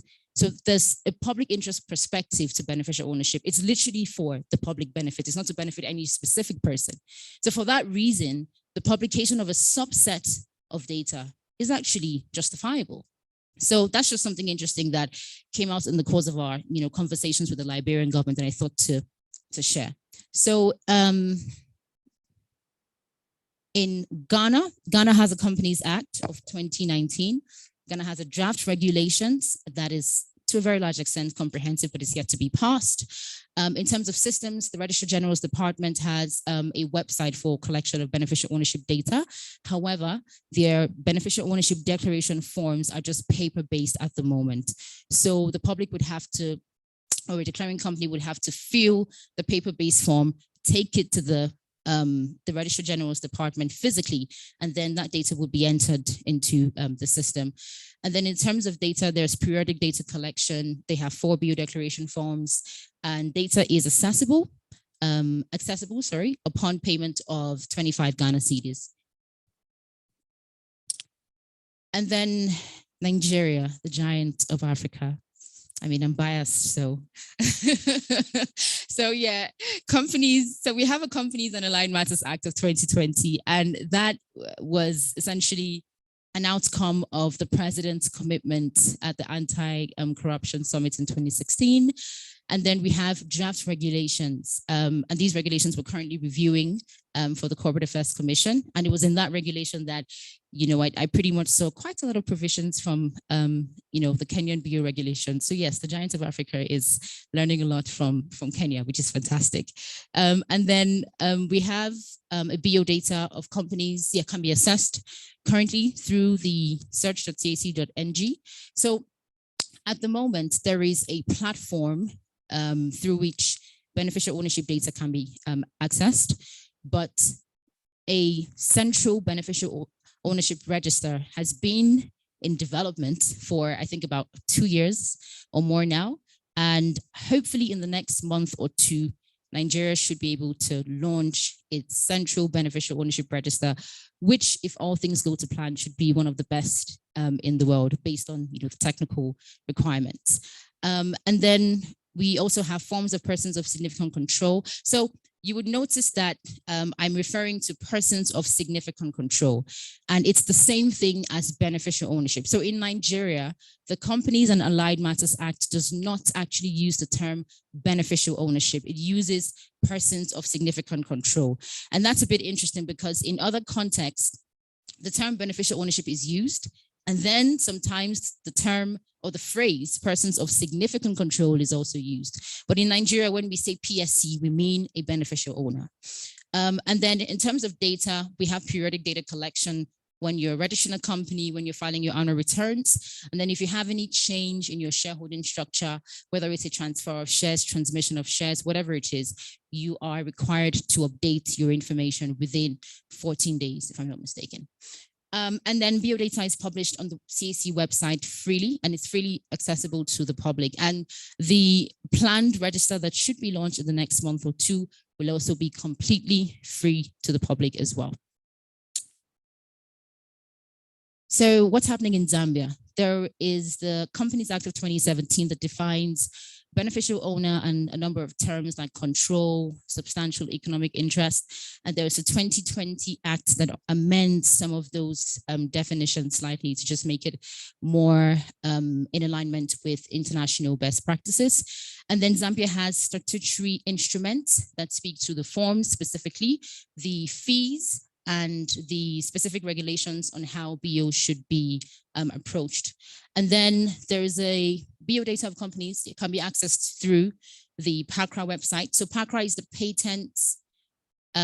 Patents Agency Company Registration Authority. I believe that's the full meaning of PACRA. So they are responsible for the collection of beneficial ownership data, for the publication of that data, and just for the regulation of companies and entities registrable in Zambia. Periodic data collection is also available in Zambia as well. And BO data is accessible upon payment of a prescribed fee as well in Zambia. So what are the common threads and challenges to BO implementation? So these are some of the things that have come up a number of times in our conversations with stakeholders. And the first thing is compliance. Compliance is a huge one. I think in Zambia, the compliance rates, I think the last time I checked was about 17%. Either 7% or 17%. 17%, exactly. And that's progress, because I mean, 0 to 17 is great, but then obviously there's another 83% of companies that are yet to comply. And there are quite a number of reasons for that. Number one is a lack of awareness. And this is, pretty similar to the points that I think Harriet made, which was incredibly important, about making beneficial ownership relatable. And I think that's something that is our responsibility, really. Everybody in this room is responsible for doing that. When we have these conversations, we speak about beneficial ownership as the technical concept that it is, and that's fine. But when we're relating with the thousands and millions of small and medium enterprises in our different jurisdictions that are supposed to comply with the beneficial ownership regime, we are supposed to try and make this concept as relatable as possible. Because if people do not know about the concept, they cannot comply with the concept. Yes, ignorance of the law is not an excuse, but if people do not know about the law, they can't comply. And we're not making as much progress as we should be making. And if people know about the law and do not understand beneficial ownership regime, then again, they can't comply. So the onus is on us to make sure that in our awareness campaigns, we're currently planning one in Liberia. So our plan is to go to 6 key counties in Liberia to literally speak to the people and say, this is what we're doing. This is how it is relevant to you. This is why it is important to you as a citizen of Liberia. And honestly, I've been sort of cracking my brain. How do I, bring this concept down to earth? How do I make it as relatable as possible? And the example that Harriet gave about the hairdresser and all of that, I found that very interesting. So that's one of the challenges that we've seen in quite a number of countries. It's quite a technical concept, but it is still relatable. And I'll give an example that I keep giving. We all know that beneficial ownership has so many impacts, one of which is environmental. It helps with environmental accountability. So we have, companies that carry out extractive activities, and sometimes they go to host communities, do their mining, and all of that, and then they just walk away and they leave the place in shambles. And I'll give a practical example of last year, December, I traveled home to Port Harcourt in River State, and I used a tissue to just clean my nose and to blow my nose. And I looked at the tissue and it was literally a black suit. Like it was clear, because tissue is white, right? So if you see any other color, it's very easy to tell. And even in my house where we live, we constantly have to mop morning and night because the entire state, River State, you can Google this right now, in Nigeria is infected. Yes, is infected by we call it the black suit. So you would literally sneeze and you would see a black thing coming out of your nose or your mouth. And it's simply because of the heavy, oil drilling activities that are going on in the area, and nobody is doing anything about it. But with beneficial ownership information, investigations can go. People can be brought to book. People can answer to their corporate social responsibilities. So beneficial ownership it's not an abstract concept. It is very much relatable. And we must be able to, as practitioners in our relevant fields and organizations, we must be able to transfer that relatability of beneficial ownership to the people we're speaking to the companies, to the people that are supposed to be declaring this information, so that they can understand the importance of what we're doing and comply as much as possible. Another issue is obviously the confidentiality, privacy, and data protection concerns that keep coming up. And then we also have the verification issue as well. And this is something that has come up in pretty much all the countries that we've been working with. And I just wanted to sort of share some thoughts about, I wouldn't say misconception, but an evolving understanding of verification. So when you hear verification, you think a tick box, right? Verified, correct, accurate. But I think that's a very high and probably impractical standard to hold any government agency to. Because like my colleague Timon said, beneficial ownership information is not really about accuracy as to who is the current BO per time. It's just providing information as much as it is accurate. So I would encourage us to sort of maybe not move away from the thinking of accuracy, but begin to embrace the concept of level of assurance. To what extent is this information correct? As opposed to, is this information 100% true, black or white? Because it's very difficult to say that at every second in a day, that particular information or the entire data set that is provided by the declaring company is correct. So the key thing about verification is really about levels of assurance. Have we checked this to a certain extent? To what extent do we know that this is correct? When was the last time that we confirmed or verified with another agency that this information is correct? So it's important for us to think about it this way, because if we think about verification as if it's not correct, it is bad, then we may not really get the value, the true value of the data that we are collecting. And like my colleague also said, there is value in dirty data. And if you have a look at our Ukraine impact story, you will see evidence of that value.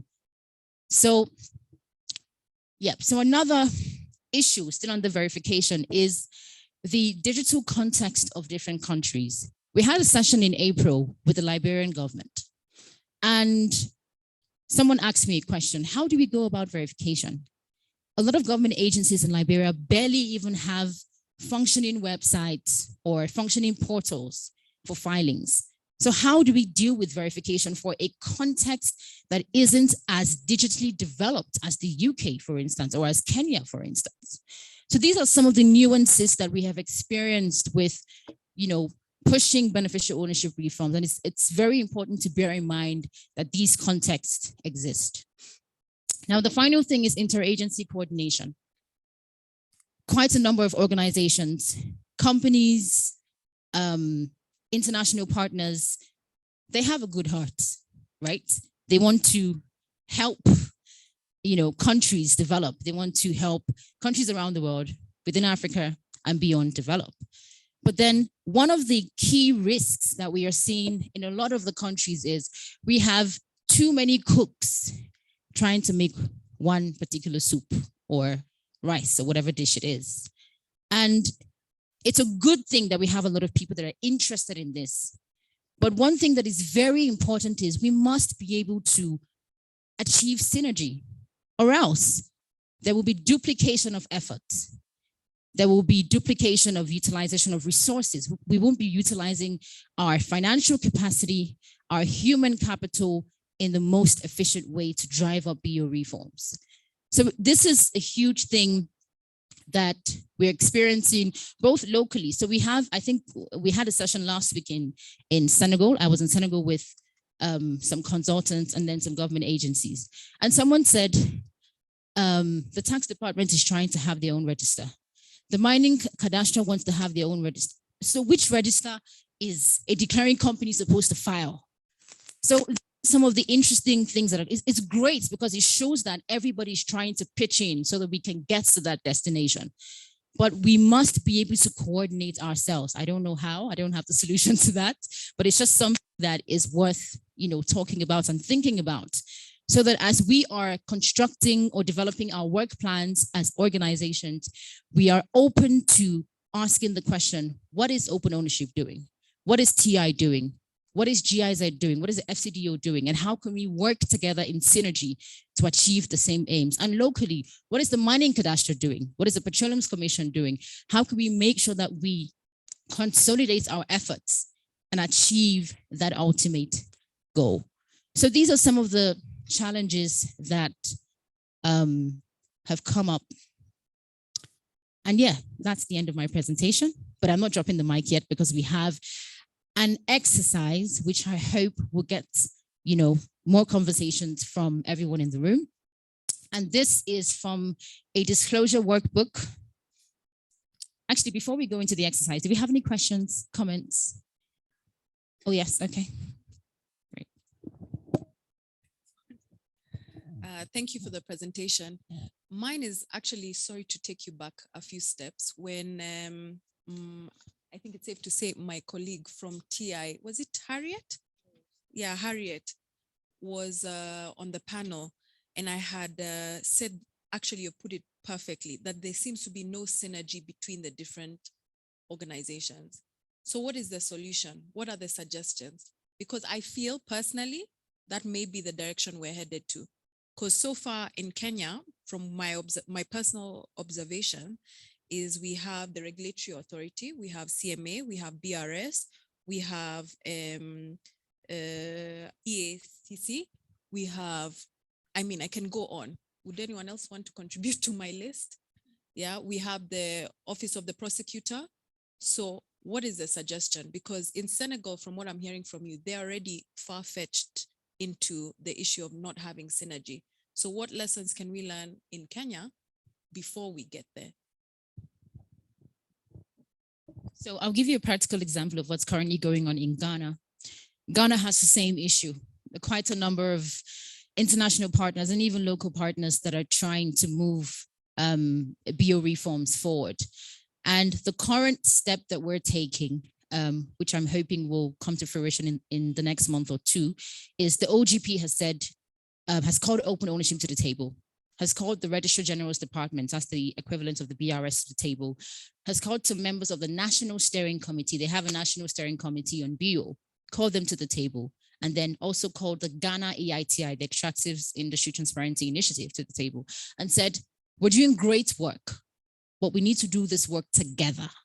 There is an OGP National Action Plan. There are commitments in there, but then there's also, a work plan under the Open Extractives Program, which Open Ownership and the EITI are working on. There's also, some work that local CSOs are doing. So what we're practically doing now is right now preparing a concept note, and then hopefully at the end of July, we're going to gather every key stakeholder that is working on beneficial ownership to one room in Ghana, and we will say, how far have we gone? What exactly is everybody doing, and how can we achieve some sort of synergy? Do we need to appoint somebody as a technical lead? Do we need to have a committee that every organization is represented? How do we, so we don't have a solution yet, but we've taken a step, which is to gather everybody into one room and have a conversation about what exactly is the RGD, that's the Registrar General's Department. We will hear them speak. What exactly do you need? And how can open ownership help with their technical expertise? How can the World Bank help with their with their funding? How can the AFDB help? How can GIZ help with their coordination funding expertise? How can local CSOs help? So it's really listening to the RGD to understand what exactly do they need to go to the next level, and saying, with the skills we have in the room, how do we divide the labor and make sure that we're making the best use of the presence of these international partners in the room? So that's a practical example that we currently have for Ghana. For Senegal, we just started working with them. So the current plan is to have a steering committee where every agency will be represented. And then we can come together and say, even if we're going to have 4 registers, we're going to have one central public-facing register. So the public is not confused as to who they are giving their information to, or, is my information going to be published by 5 different agencies or one agency? So at least there will be some sort of conversation in the room amongst the key government agencies to agree on the most suitable approach. So those are 2 examples that I can give. And if anybody else wants to chip in, so we'll have Harriet and we'll come. Okay, we'll start. Thank you. I think the aspect of the regulations that we have not being in line with other regulatory agencies, I think we are in discussions to make sure that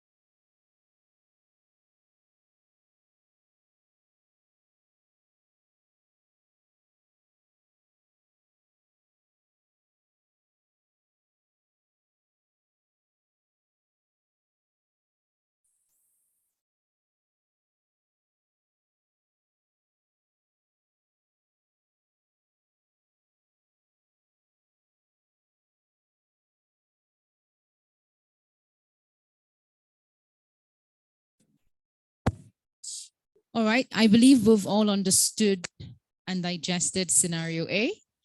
And is that a yes? I hear a yes. No? Okay, so we'll give a final 3 minutes.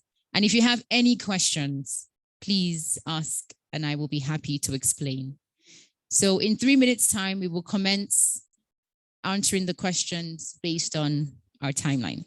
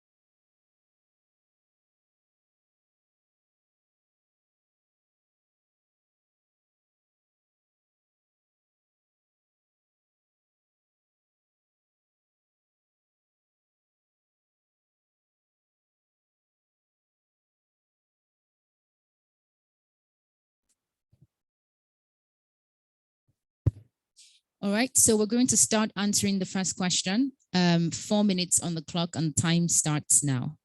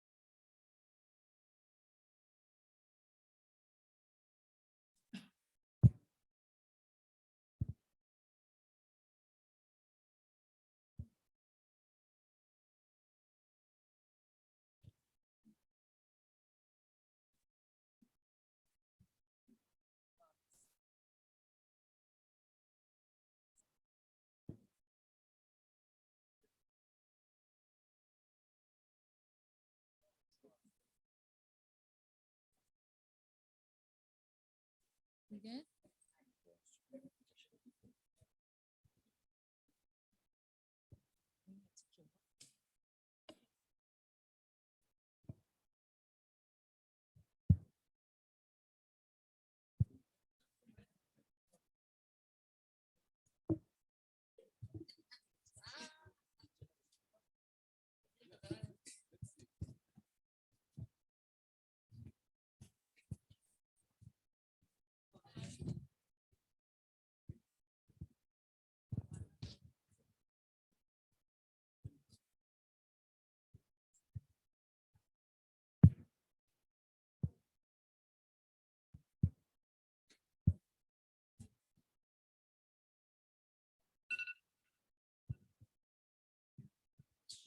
All right, so that's 4 minutes on the clock, and we'll be going to the second question.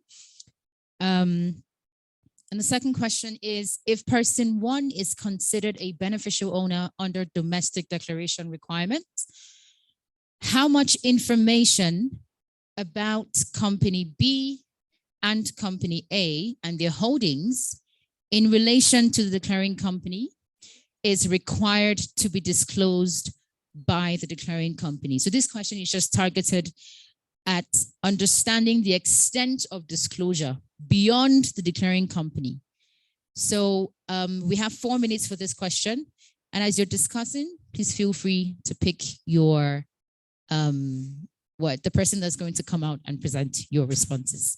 So 4 minutes on the clock for the second question starts now.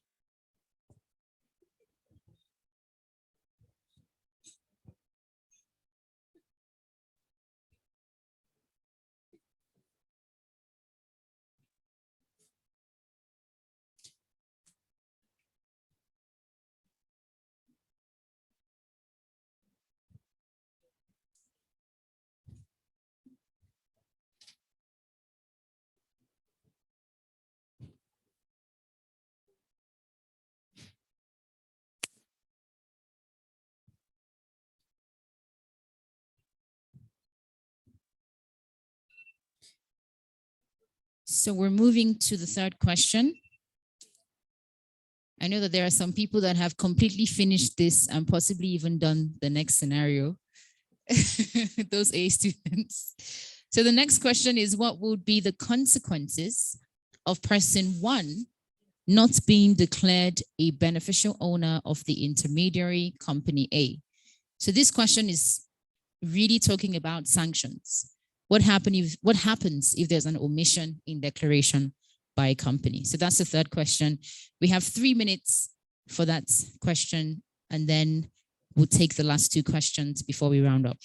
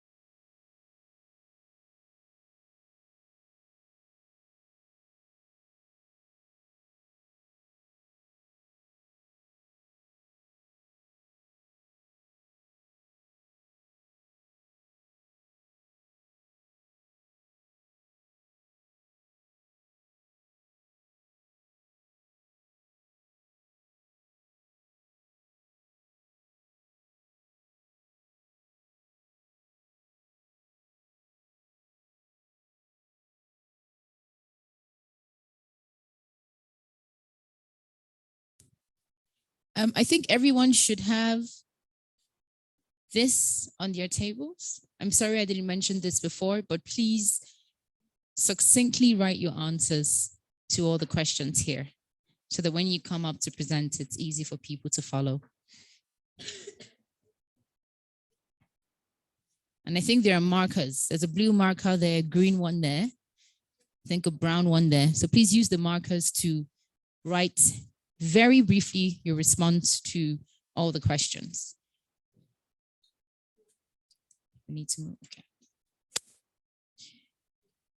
So in the interest of time, we're going to take the last two questions in one go. If company A were registered in a foreign jurisdiction, would the declaring company's declaration look the same? What if company B were registered in a foreign jurisdiction? Will anything change if companies A and B were registered in a foreign jurisdiction? And the final question, if company A only held a controlling interest of 60% in the declaring company, would person one be considered a beneficial owner of the declaring company? You might need to do some calculations on this, just a clue. So final 5 minutes to wrap up the entire session, and we will have one person to present, second person, third, fourth, fifth, and sixth. So final 4 minutes before we start discussing our responses. Thank you.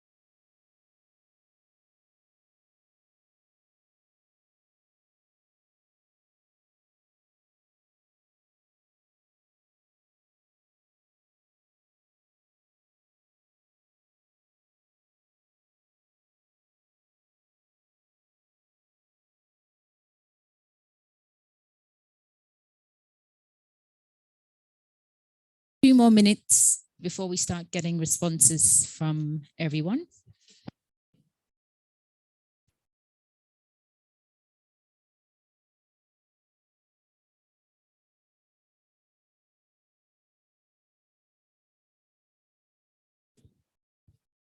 As much as possible, please write your answers in the plain sheet in the middle of your table.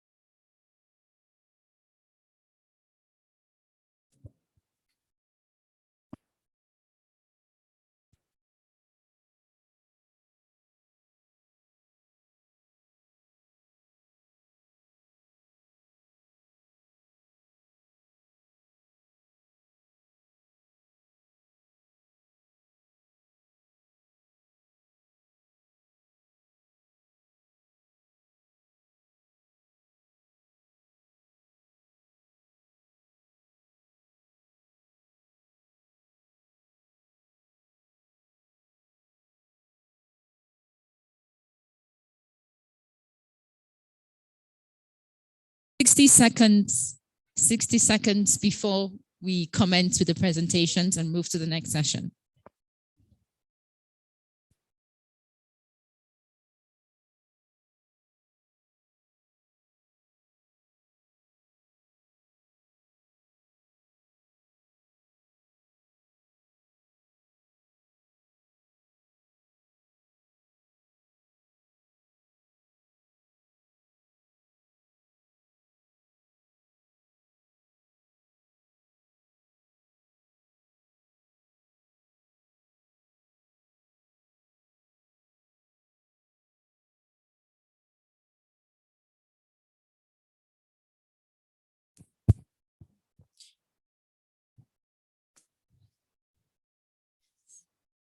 All right, ladies and gentlemen, I think we should be bringing our conversations to a close. I believe we should have appointed a representative to present the answers of the group to everyone.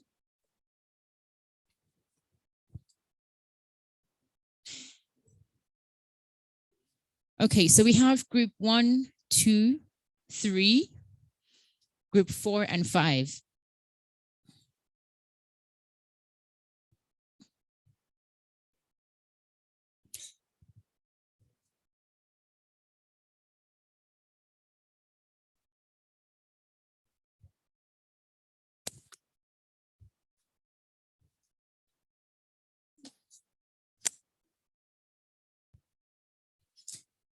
All right, so can we have the representatives of each group kindly come out with your notes? One representative from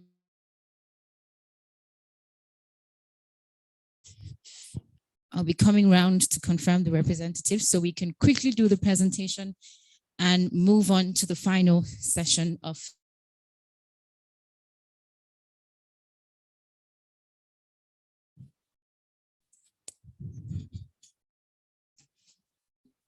And there is no right or wrong answer. This is just to share our understanding. There is no right or wrong answer. Everyone is a winner, like they say on the music shows. The fact that you attended today's event means you're a winner already. All right, so group 1, who's a representative, please? Fantastic. Can we give a round of applause to all the representatives coming out, please? Representative for group 2. Yeah, please come out. You should encourage your group reps. Representative for group 3. Representative for group 3, please come out. Yes. No, from group 1 here. Yes, no. So it's easy. Group 2 on the second seat. Group 5, representative, please take your hallowed seat.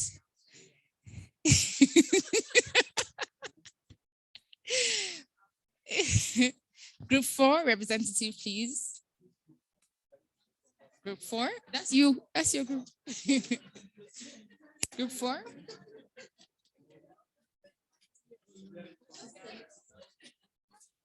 Oh no, we need to have some space between the groups. Yes, fantastic. All right, ladies and gentlemen, we have 5 groups represented on stage, and they will be responding to the questions. Again, this is simply to just share, not test, share our understanding of the regulations and how we can apply it practically as it relates to beneficial ownership declaration. So the first question, and we have the BRS, they're ready. Oh no, you don't have to stand, you can sit, yeah. Be comfortable. We'll come to you at every stage. Okay, so the first question, the BRS will be helping us clarify some of these questions and the answers. So under domestic declaration requirements, is person 1, can we have, okay, yes, we have it on the screen. Is person 1 considered a beneficial owner of the declaring company? If so, would they be disclosed as such by the declaring company? So we're gonna have responses from everybody. And can I ask that we all keep a neutral face, especially the BRS? Do not smile when you hear the right answer. Just poker face. Completely neutral face. And no one is allowed to change their responses. You have to be loyal to your group and the outcome of your conversation. So yeah, your answer. Okay, from our group, we agreed that yes, person 1 should be declaring. And then if so, would they be disclosed as such by the declaring? Wait, so there are 2 questions. Is person 1 a beneficial owner, yes or no? For us, I said yes. Okay, and would they be disclosed by the declaring company? Yes, too. Okay. Group 2? Yes and yes. Okay, group 3? Yes, and the reason was we felt that companies are not considered natural people. So that's one reason. And then the second, that there should be full disclosure. So it's yes for both. Okay. Same. That is very vague. But we even added a rider that because when we said domestic declaration requirements, we looked at the percentage, which was 10%. So they must be on that ground. In fact, with that, we didn't even go any further. We moved to the next question. Also, yes and yes. Okay, so I think we have all the answers correct, but I'm going to unilaterally, give some thumbs up to this team, group 3 and group 4, particularly because they mentioned the threshold, because that is a defining factor. What is the threshold? Yeah. Well, you have to. So well done to everyone, and thumbs up to groups 3 and 4. So the next question very quickly. If person 1 is considered a beneficial owner under domestic declaration requirements, how much information about companies B and A, and their holdings in relation to the declaring company is required to be disclosed by the declaring company? We said the 40% needs to be declared. And on the previous one, the 10% was a consideration. Okay. So I think the BRS should listen very carefully to their responses. So for us, we said that the information that needs to be disclosed is the percentage of ownership and also the percentage of control. Okay, percentage of ownership and control. Okay, so we went with full disclosure. So that means if there was any contract, everything should be fully disclosed. But disclaimer, our group was divided into half with this when it came to this question, because there was the aspect for just the ownership. But then there were some who felt that full disclosure. So if there was any contract between company B and person 1, it should be made, yeah. So for us, we said all information on the declaring company, company A and company B, based on mainly the shareholder agreement. We felt like as the information goes up and we want to know who benefits, in fact, the core is that shareholder agreement. So all the 3 companies, almost again, full disclosure. But the key for us was the shareholder agreement. Okay, and then final response from group 5. So we had a doubt about company B because it's a nominee. And my understanding is that changes being made to nominee companies in Kenya. So it wasn't clear how much information about company B actually needs to be disclosed at present. But in relation to person A, we thought that at least it should be the name, the date of birth of the person, and their correspondence address, perhaps, that needs to be disclosed. Okay, those are very good answers, but the answer that was, or that, yeah, that was very, well, the closest to the question is group 5. It says how much information, yes, full disclosure, but what does full disclosure mean on the Kenya regulations? So it would have been great to say things like the name, the date of birth, the address, the ownership and control, yes, but then we needed a bit more. So well done to everybody, thumbs up to group 5, but we'll hear a bit more. Yeah, we hear a bit more from the BRS, and especially just on that nominee side of things, which, yeah, some clarity will be appreciated. So anyone from the BRS? So from BRS, should we take you through even our answers for question 1? Yes, please. Yeah, so for the first question, I'm in agreement with what the rest of the team said. So it was a yes and yes from us. For the question 2, which reads, if person 1 is considered a beneficial owner under domestic declaration requirements, how much information about company B and company A in relation to the declaring company is required to be disclosed by the declaring company? From us, we said we needed all the ownership information, which entails we need to know the registration, ownership in terms of the shares, the shareholding. We need to know the registration certificate number. We need to know details about the directors, just like you have said, the date of birth, the email addresses, and all the contact information. We also said, yeah, basically that was it for number 1 and 2. We are yet to proceed with number 3. Yes, so we'll proceed with number 3. So just to clarify on the nominee side of things, I mean, I think it would be great to hear, I don't know whether that's currently captured under the Kenyan regulations. And secondly, it would be great to also clarify whether currently in the forms, there is any place for the declaring company to state that a shareholders agreement is the mechanism through which, or do they just state that this person has 40% control without saying how they have that control? If that how is not a company, if that how is an arrangement like a contract. So is there provision for that? Because we haven't really seen that in a lot of countries. So it'll be interesting to hear what the situation is. No, we do not have. We do not have any indicator that the control would be maybe as a result of a share agreement or such a thing. The only thing we are going to record is if it is in terms of the shareholding, that we will record, which is in terms of basically the 4 criteria that we set out earlier. But if there is another form of arrangement, not really. But as we said in our regulations, at least we are going to try and address some of these issues there. Okay. So in relation to company B being a nominee, when you're looking at the declaring company, company B may not be declared because you're looking at the registration details of company A and the beneficial owner, who is person 1. But when you come to company A now being the declaring authority, being the declaring company, company B will feature as a shareholder.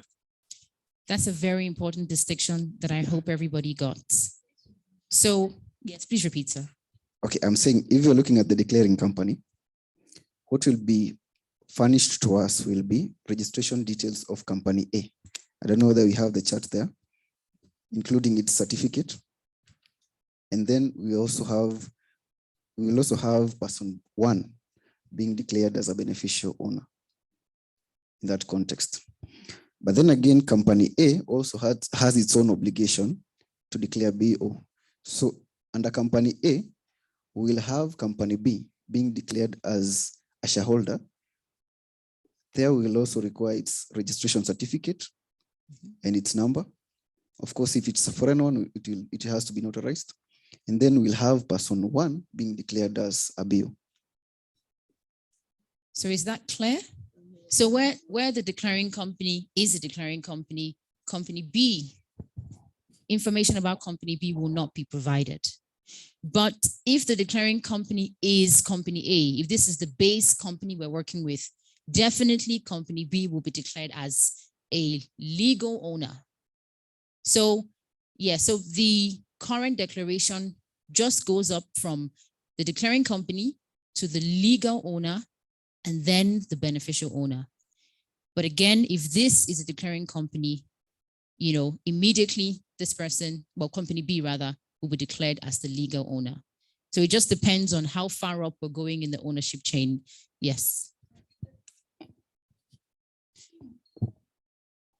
If company A is declaring, will they declare the beneficial owners of company B because company B has a higher stake of 10% in company A?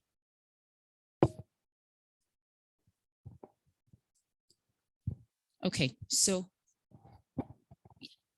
we're moving on very quickly to the next question because of time. So what would be the consequences of person 1 not being declared a beneficial owner of the intermediary A? What will be the consequences? In our group, we discussed that if person 1 is not declared, it would be considered an offense. And in that case, it would attract a fine of Kenya shillings 500,000 and a continuing fine of Kenya shillings 50,000 for each day of non-compliance. Okay. Yes, so we also discussed the same, and we agreed that if person 1 is not declared, then there's a penalty of 500,000 and also a continuous 50,000. It seems like there is some migration, some addition, because I can see your notes and I don't see that extra part. So I will skip to the next person to truthfully respond. Okay, well, we looked at it totally differently because we were looking at it from a legal lawsuit perspective. So whereby then company B suffers instead of, like, person Y wouldn't suffer in case of any legal issue. Yeah. But okay, but now I see how we were supposed to answer it. Yeah. All right, interesting perspective. Group 4. Sticking strictly to your conversations. I am my team members over here. So if anything, so I think we had 2 debates. The first one, which was the sanctions, which they have spoken to, but we also thought in terms of consequences as effect, there would be tax evasion, avoidance, anonymity would breed corruption. So we had 2 threads. We knew there would be the offense, but also there's the effect. So that's how we. All right, interesting perspective. I mean, that's true. Those are the ultimate effects or consequences. Yeah. We said that the interest could be restricted, but not sure. About restriction of interest. Okay, fantastic. I think, Timon, did you have something to say? I'm so sorry. Oh, that's fine. I was on an earlier, I think it's on question 2, and is that when I go to the legislation, the 2020 legislation, I found on the first beneficial ownership form, there is actually something that says that you need to include the name of shareholder holding shares on behalf of the beneficial owner of the company. That's on the form, but I couldn't find this back in the screenshots that are in the manual of how this is collected in the digital form. And wondering if BRS had an answer to whether that would be considered company A or company B in this case. And then also on the third question, obviously the consequences, if you find out, are the sanctions, but in the current systems, is there something that would trigger that company A would not have disclosed the same beneficial owner as a declaring company, seeing that you do have shareholder information of the declaring company? Does that raise a red flag automatically, or is this something that would have to be discovered manually? Yeah, very interesting questions. Do we have the BRS? I think there's a mic.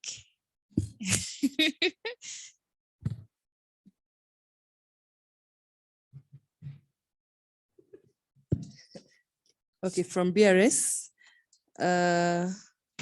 we answer the question, what would be the consequence of person one not being declared a beneficial owner of the intermediary company A? So we look at the BO regulations 2020 and particularly regulation 9.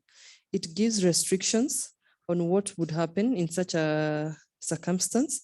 So the first restriction would be that there would be restriction on the transfer of interest. There would also be no payments that would be made on sums due in respect of interest. Number 3, there would be no shares may be issued in right of the interest. And number 4, you cannot get dividends. Okay, so in relation to Timon's second question, is there any automatic system that would flag the omission of an information that obviously is supposed to be there? So for instance, if company A does not declare person 1, but the declaring company has declared person 1, then is there any automatic trigger, or is it something that has to be discovered manually? I would say we'll have to discover manually, but it is not that hard. Considering how our system is set up, you're able to see who owns company A. And if you look at company A, you're also able to see who owns company B. So essentially, if you want to trace, you have all the information there with you. You're able to detect, but it is not automatic. Yeah. Okay. And then, yeah. Just asking a follow-up question, because that is an issue that we had in the UK. So does the system like check that all the information has been completed, or it requires, for example, the BRS to say, oh, I don't know, we're interested in this company, let's check if the information has been completed, and then we check? Okay, maybe I'll start from how we submit the BO information. So it's in the form of an application. So it is not automatic that once you add the information, it is added to a system. There is someone who is reviewing that information. So that is a starting point to ensure that at least the information that you want has actually been captured before it is approved. Yeah. That's very helpful. And I think, Timon, your first question hasn't been answered yet. Do you want to please just repeat? Have you got the mic? I can't remember the question, so maybe your comments. So the question that he asked is how to capture the chain of control, whether it will show in the form BOF1, the declaring company, company A, company B, and the ultimate beneficial owner. Now, the system, as we look at it now, is still work in progress. There are a lot of enhancements that are underway that will enable the capturing of the chain of control. So if you have the declaring company, and between the declaring company and the ultimate beneficial owner, there is 10, 20, 100 companies, all those points of contact, once the system has been enhanced, will actually appear in the form BOF1 under the section called linkage in the company. So you will see declaring company's name, you will see the next legal shareholder, the shareholder of that up to when you get to the person. So in terms of the articulated system, one would be able to clearly connect how the beneficial owner ultimately links back to the company, especially where it's a long chain of ownership, legal entities in between the declaring entity and the person one in the example that has been given. Yeah, that's very interesting. Yes. I think she had a question regarding the 500,000 and the 50,000. Yeah. So we have two separate types of sanctions. We have sanctions against the company, and you have sanctions against the beneficial owner. So this question was in relation to the consequence of the BO not being declared. So what you'll not be able to do as a BO if you're not declared, The other one is in relation to the company. If you fail to prepare your register of beneficial owners, if you fail to file the register of beneficial owners with the registrar, then the company, upon conviction, can be fined 500,000. And if the offense continues, then the directors will be fined 50,000 each every day. Yeah. So then for the person is what you clarify. For the person is what was mentioned by Sarah in terms of yes, restriction not getting of interest. dividends and all Yes. that. Okay, the restrictions and regulation 9. Yeah. Thanks for. That's very helpful. Thank you very much. We'll quickly move on to the last two questions because of time. The fourth question is simply asking if company A were registered in a foreign jurisdiction and company B also is registered in a foreign jurisdiction, would your declaration look the same? Will there be any change in your declaration? We'll start with group 5. It would not look the same. That's our answer. Same. We thought it wouldn't look the same. No. Okay. It would not look the same. Everyone seems to be in harmony. Yes, same here. Company A won't look the same. Okay. So remember, there are two questions here. There's a question about company A and a question about company B. But let's see if anyone is able to. For us, we said it wouldn't look the same. It would depend on the legal framework. All right. Those were attempts, but I think we will hear from, we'll hear from the BRS. But I mean, from my understanding of, let me just take this back to the scenario. From my understanding of the scenario of the Kenyan regulations, if company A was a foreign company, nothing changes because the declaring company would declare company A and of course declare person 1. So nothing changes. However, if company B is a foreign company, then company B, company B's information, if company B is a foreign company and company A is a declaring company, then something changes because as the BRS mentioned today, the current scope of beneficial ownership disclosure does not extend to foreign entities.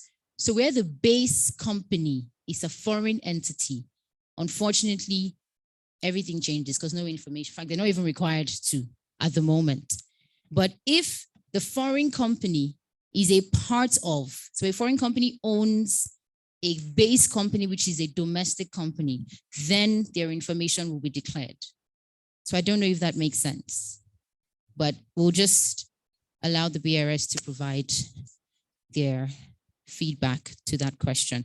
Actually, we'll just take the last question and then we'll let them respond to both questions. So the last question is, if company A only held a controlling interest of 60% in company, 60% in the declaring company, would person 1 be considered a beneficial owner of the declaring company? We said yes because of our law request 10%. So we said yes, because if you calculate that, you'll find that he still controls about 24%, which is above the threshold. Okay. Yes, they should be considered. Same as, yeah, because we said 20% is the international standard, but it's 10% in Kenya. So in fact, once you say 10%, you declare all the way to company B. Exactly. Yeah, it's the 10%. So okay, so thumbs up to everyone. No, sorry. Well done to everyone, but thumbs up to group 2, simply because they showed working. Remember in secondary school, they say show working. He explained the reason why, yes, there's 10% threshold, but why? Because he calculated and saw that that would lead you to a 24%, and that is still within. So thumbs up to the second company. So we're going to wrap up and have the BRS respond to the last 2 questions, and then we'll move to the panel discussion. So for question number 4, the first part of the question, our answer is yes. The second part of the question is asking what if company B were registered in a foreign jurisdiction? So our answer was that we would require them to provide us with the registration number, or rather certificate of registration of the foreign company, the BO information, and person 1 would be declared BO. For question number 5, my answer, the answer of my team is the same as of the other group members. We also did our calculation and found that after calculation, the shareholding would be 24%. So yes, the person would be declared BO. All right, ladies and gentlemen, thank you very much for your keen attention, for your conversations, and for your contributions in the past 1 hour. We've come to the end of this session, and we'll be having our final session on the panel discussion. Thank you so much for your time.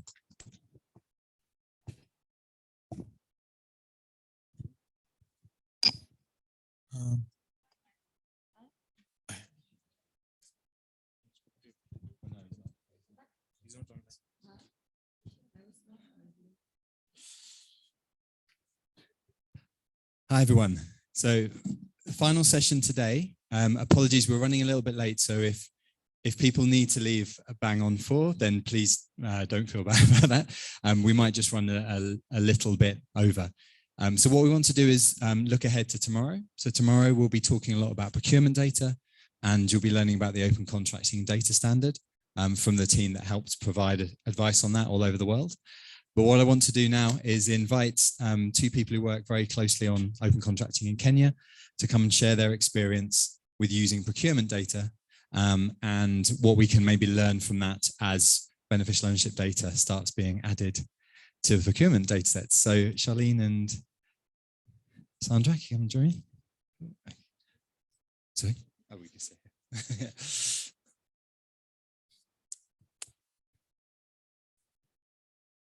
Thank you so much for joining us today. So as I said, we're looking at how beneficial ownership data and public procurement data can be combined. So it's great to have 2 people who've experience with projects and working with procurement data in Kenya over the last couple of years. So maybe if I can ask you to introduce yourselves and say about what your organization has worked on in the last couple of years, that'd be great. Hi, everyone. Hi, everyone. I know I'm the last person, so we'll try to be interesting. My name is Charlene Migwe-Kagume. I am from an organization called Development Gateway. It's a mouthful, so you can call us DG if that helps. We have supported open contracting in Kenya for the past 4 to 5 years, where we support, we're an NGO based in DC, but have a team of 80 in Nigeria and growing in the region. But we support we support organizations and governments in making the most use of their data and improving the impact of different data sources. So open contracting, and of course for the goal of more responsive government. So open contracting, beneficial ownership is something that's very close to our hearts. We've supported, we're currently supporting 5 counties to use open contracting data in Kenya.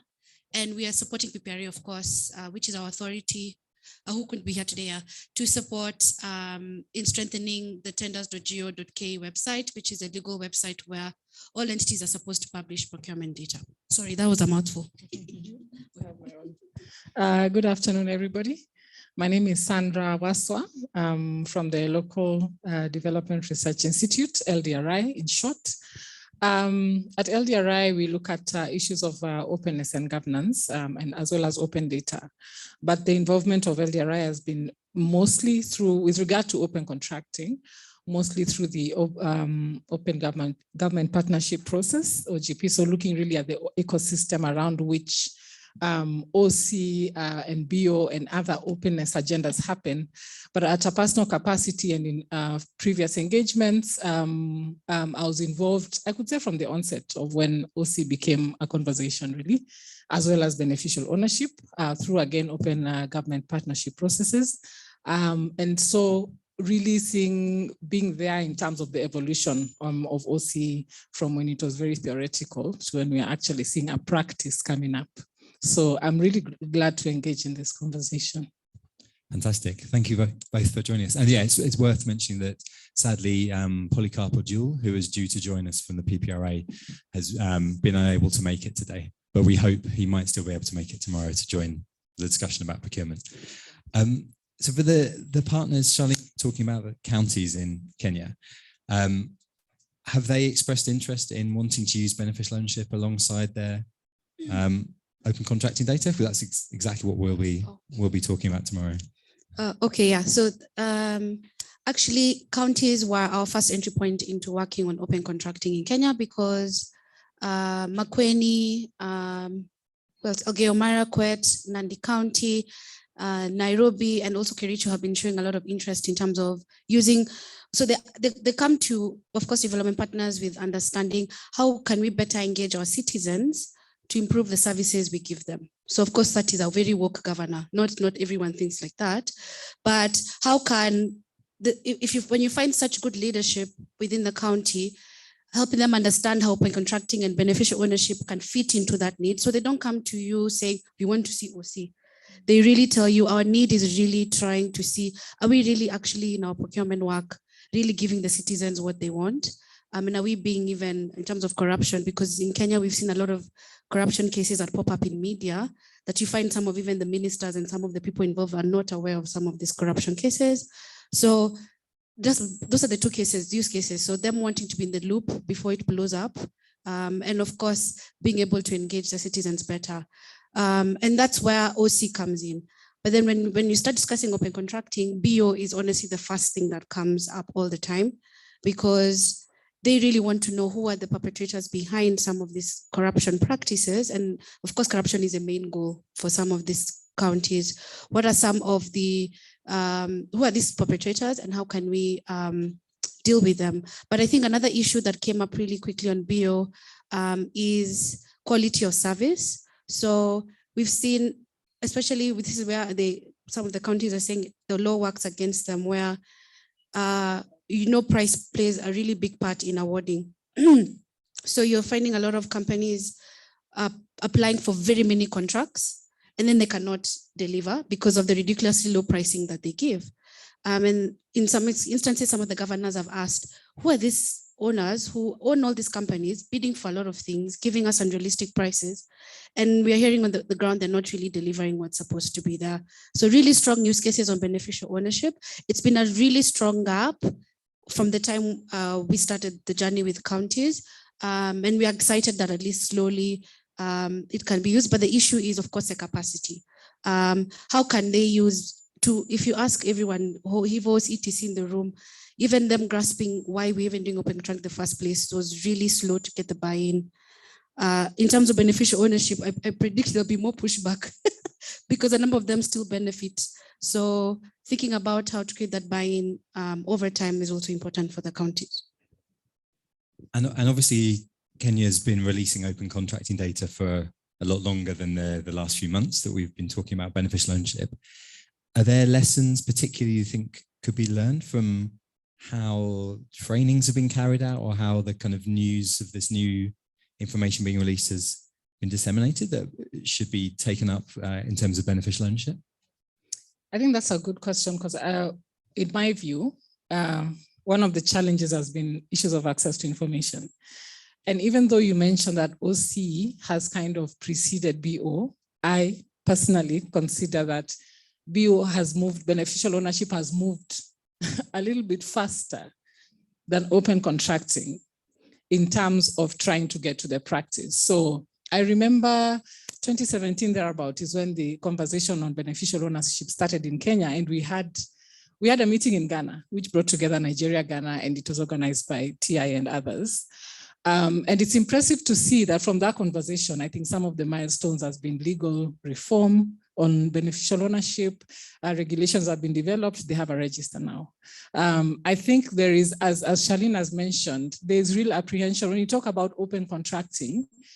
When we began conversations on open contracting, and I don't know, I wish PPRA was here, because we were doing a baseline survey on open contracting in Kenya. I tried to get somebody from PPRA to talk to just say, okay, there's this open contracting idea coming about. You're the main, the main stakeholder in this. Can I get someone to talk to? Nobody would talk to me, just because I think it just brought about, I think it had the, a lot of the anti-corruption language and all that. So there was a lot of apprehension about it.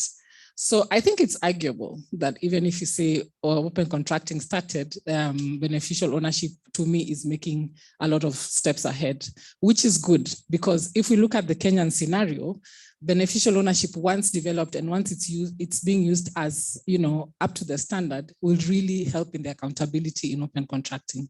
Yeah, so for me, I think that progress is okay. But uptake of open contracting, it's still, it's still a work in progress. Policy is ahead of practice. So we have all the enabling factors. We have good legislation. We have a strong constitution. We have some executive pronouncements talking about accountability, but I think the practice has been a little bit slow to catch on. I think there was a HEVOS report recently that looked at kind of levels of disclosure. Yeah. I think, yes. I don't know if you know the stats. Yes, but of course, legislations like the Access to Information Act are coming in to really kind of push the boundaries and to say what is required as a minimum. What are the thresholds of information that should be proactively disclosed, even within contracting processes, and declaring that public information should be disclosed to the largest extent possible. And so there's been, that's why I'm saying they're good enablers. And I think, legislations like those and practice like that would really help to enhance open contracting processes. So yeah, I don't know about the latest report by HEVOS, but yeah, I think there's been a lot of work around the proactive disclosure regime, which could really help to push open contracting. Beneficial ownership, it covers that. It's within the same ambit, so yeah. Okay, thank you. And it's worth saying this will be explored a lot more tomorrow, but that the way that companies are identified in the open contracting data standard is the same as the way they are in the beneficial ownership data standard that we help to look after. So it means if you can identify a company in open contracting, you can link them to a company in beneficial ownership data. So that's something that we'll look at in more detail tomorrow. Is it difficult with some of the technical conversations around the kind of data? Does that get you into areas with some of the implementers, or are there things that we can also build on from that? If I understand your question, do they understand the technical aspects easily? Is that your question? Yeah, just a quick, because I'll end up talking about interconnecting data standards, and I think I lose. Yes, I lose, yeah, especially APIs. Yeah, it's true. I think one, in terms of making technical understood, even if you think about it, even in our terms, beneficial ownership and open contracting or open contracting data standard, there's so much in the world that we're used to. In this room, we understand, but broadening up that discussion is not easy, and it's about making it easy. I think you had mentioned it earlier, making it more easily digestible to stakeholders. But you see, okay, if you think about beyond government, there are also civil society, private sector, development partners, media that we really need to bring into the table for the use of the data. We really need to make open contracting even more understandable. To be honest, I'm also moving slowly away from that term open contracting all the time. It throws people off of like, okay, yes, it's an idea that we have, but in terms of implementation, using easier words that are easily understood makes a lot of sense. Another thing that has come up really strongly is the understanding of interoperability, of why systems need to talk, right? Why, and in Kenya, we've done the opposite. In Kenya, we ran with what we had, right? As the open government partnership, we had counties who really wanted data and to publish that data. So we started with subnationals, they published their own portals.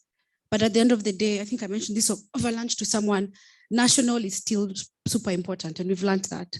So having that, and I think that was mentioned earlier, if you ask her, like 3 years ago, if we speak about interoperability between county and government systems, it was a rumor. Like no one wanted to hear that.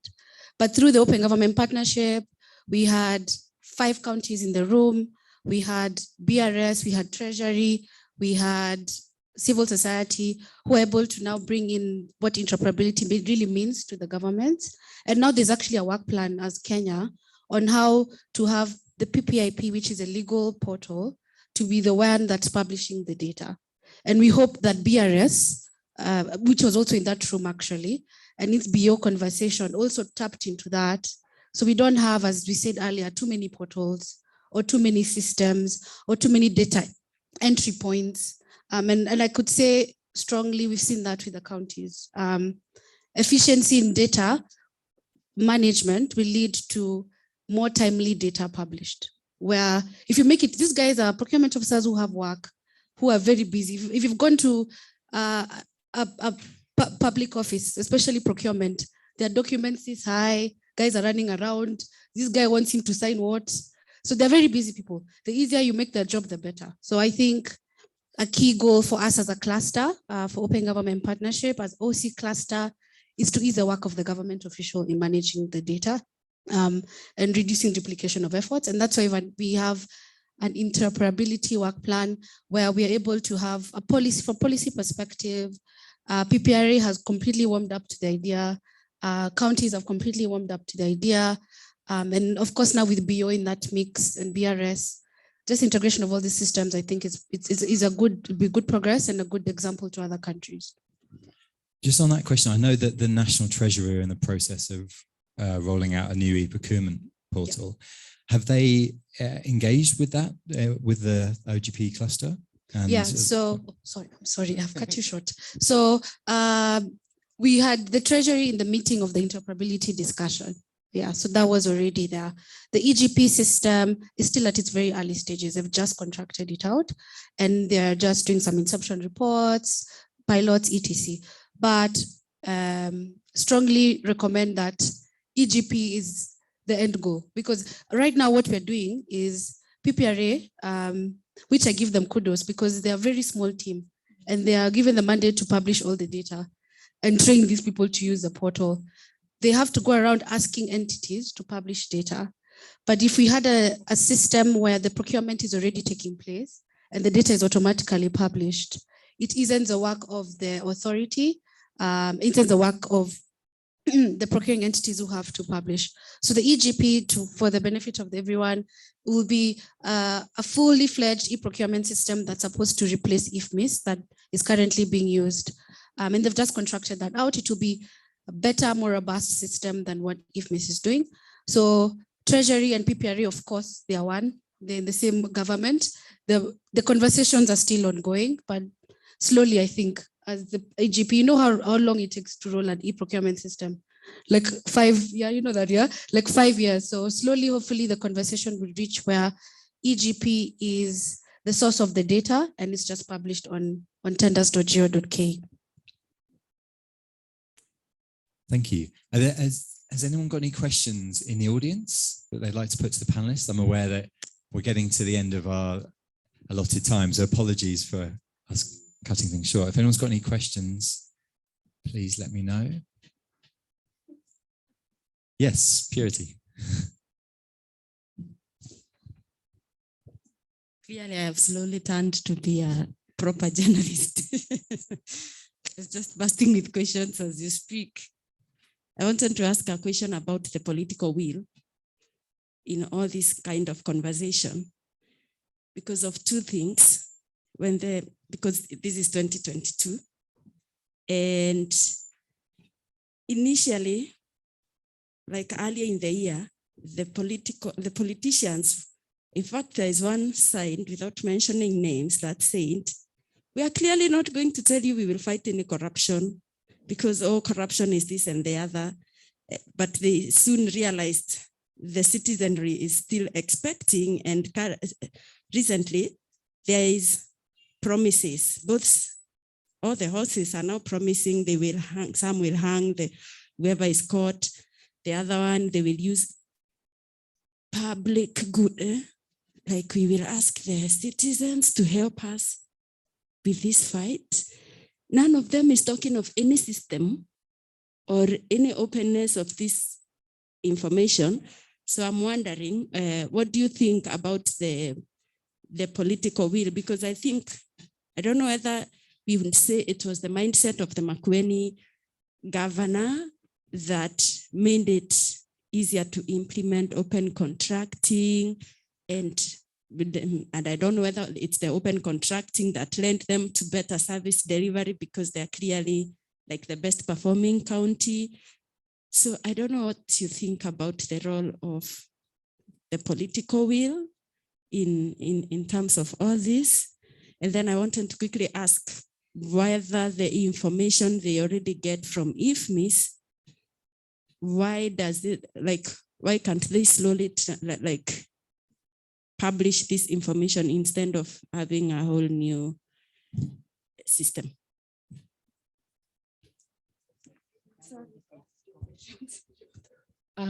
Yeah, Purity, I think that's a really good question. It's also a hard question, to be honest. I think in the later years, now preceding, now before 2022, there's been some show of political will to be able to, deal with issues of corruption, and all this embezzlement through open contracting processes. I say so because I mentioned the legal reform, which anyway, Kenya is good at legal reform. We are good at law and policy. Of course, we fail at implementation. But then after that, from years 2018, I think to like 2020, there was some pronouncement made by government about actions that would be taken to drive accountability. For instance, and I wish PPRA again was here. The president talked in that executive order, I think talked about debarment of companies that were found to be flouting contracting processes. Personally, I've never seen a list of debarred companies till date. I don't know if it exists. If they come tomorrow, there's now one which come. There is 4 or 5. That's good. I think that's progress because even by, I think 2019, we did not have any debarment cases. I talked about, companies which have been found flouting processes, not to bid again, talked about the issue of, disclosure, talked about BO becoming a reality. So there was a raft of quite impressive executive orders that were given, to the effect that if implemented, honestly, we should have been quite far in terms of but we are still not meeting, I agree also, we are still not meeting the threshold. I think actions are still not deterrent enough for people to still, keep off from abusing contracting processes. There's still a lot of secrecy about who, and I think, Charlene, you are so right. An average Kenyan, first of all, in terms of making BO or open contracting relatable, an average Kenyan citizen wants good public service delivery. And I think that's where they engage, that's where they enter into the conversation about beneficial ownership, about open contracting. I want to know, for instance, I'll always say where I live, one time we had water and then one time we didn't. And for years, like about 8 years, it has been on our budget to buy water, every drop of water we get. And no one knows why.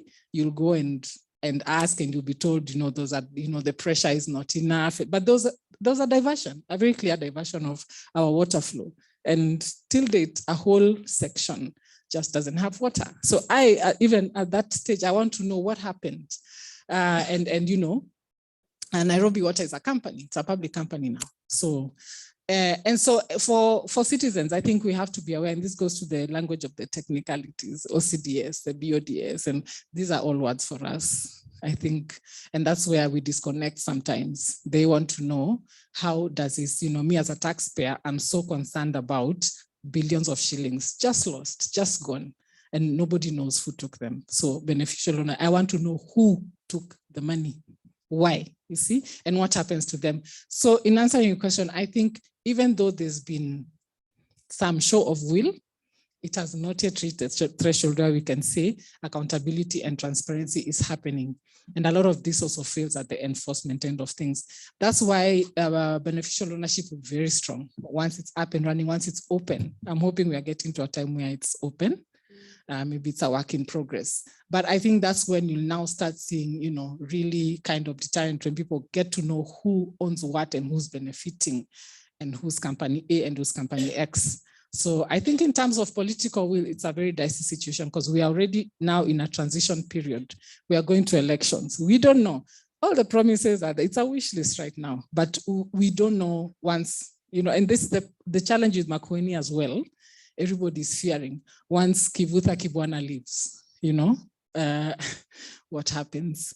And it's my hope that they've been able to institutionalize a lot of the reforms. So I think one of the things that we have to do is really institutionalize reforms, BO up and running, open contracting processes in as many counties as possible. But yes, I think that's a challenge. It really remains to be seen.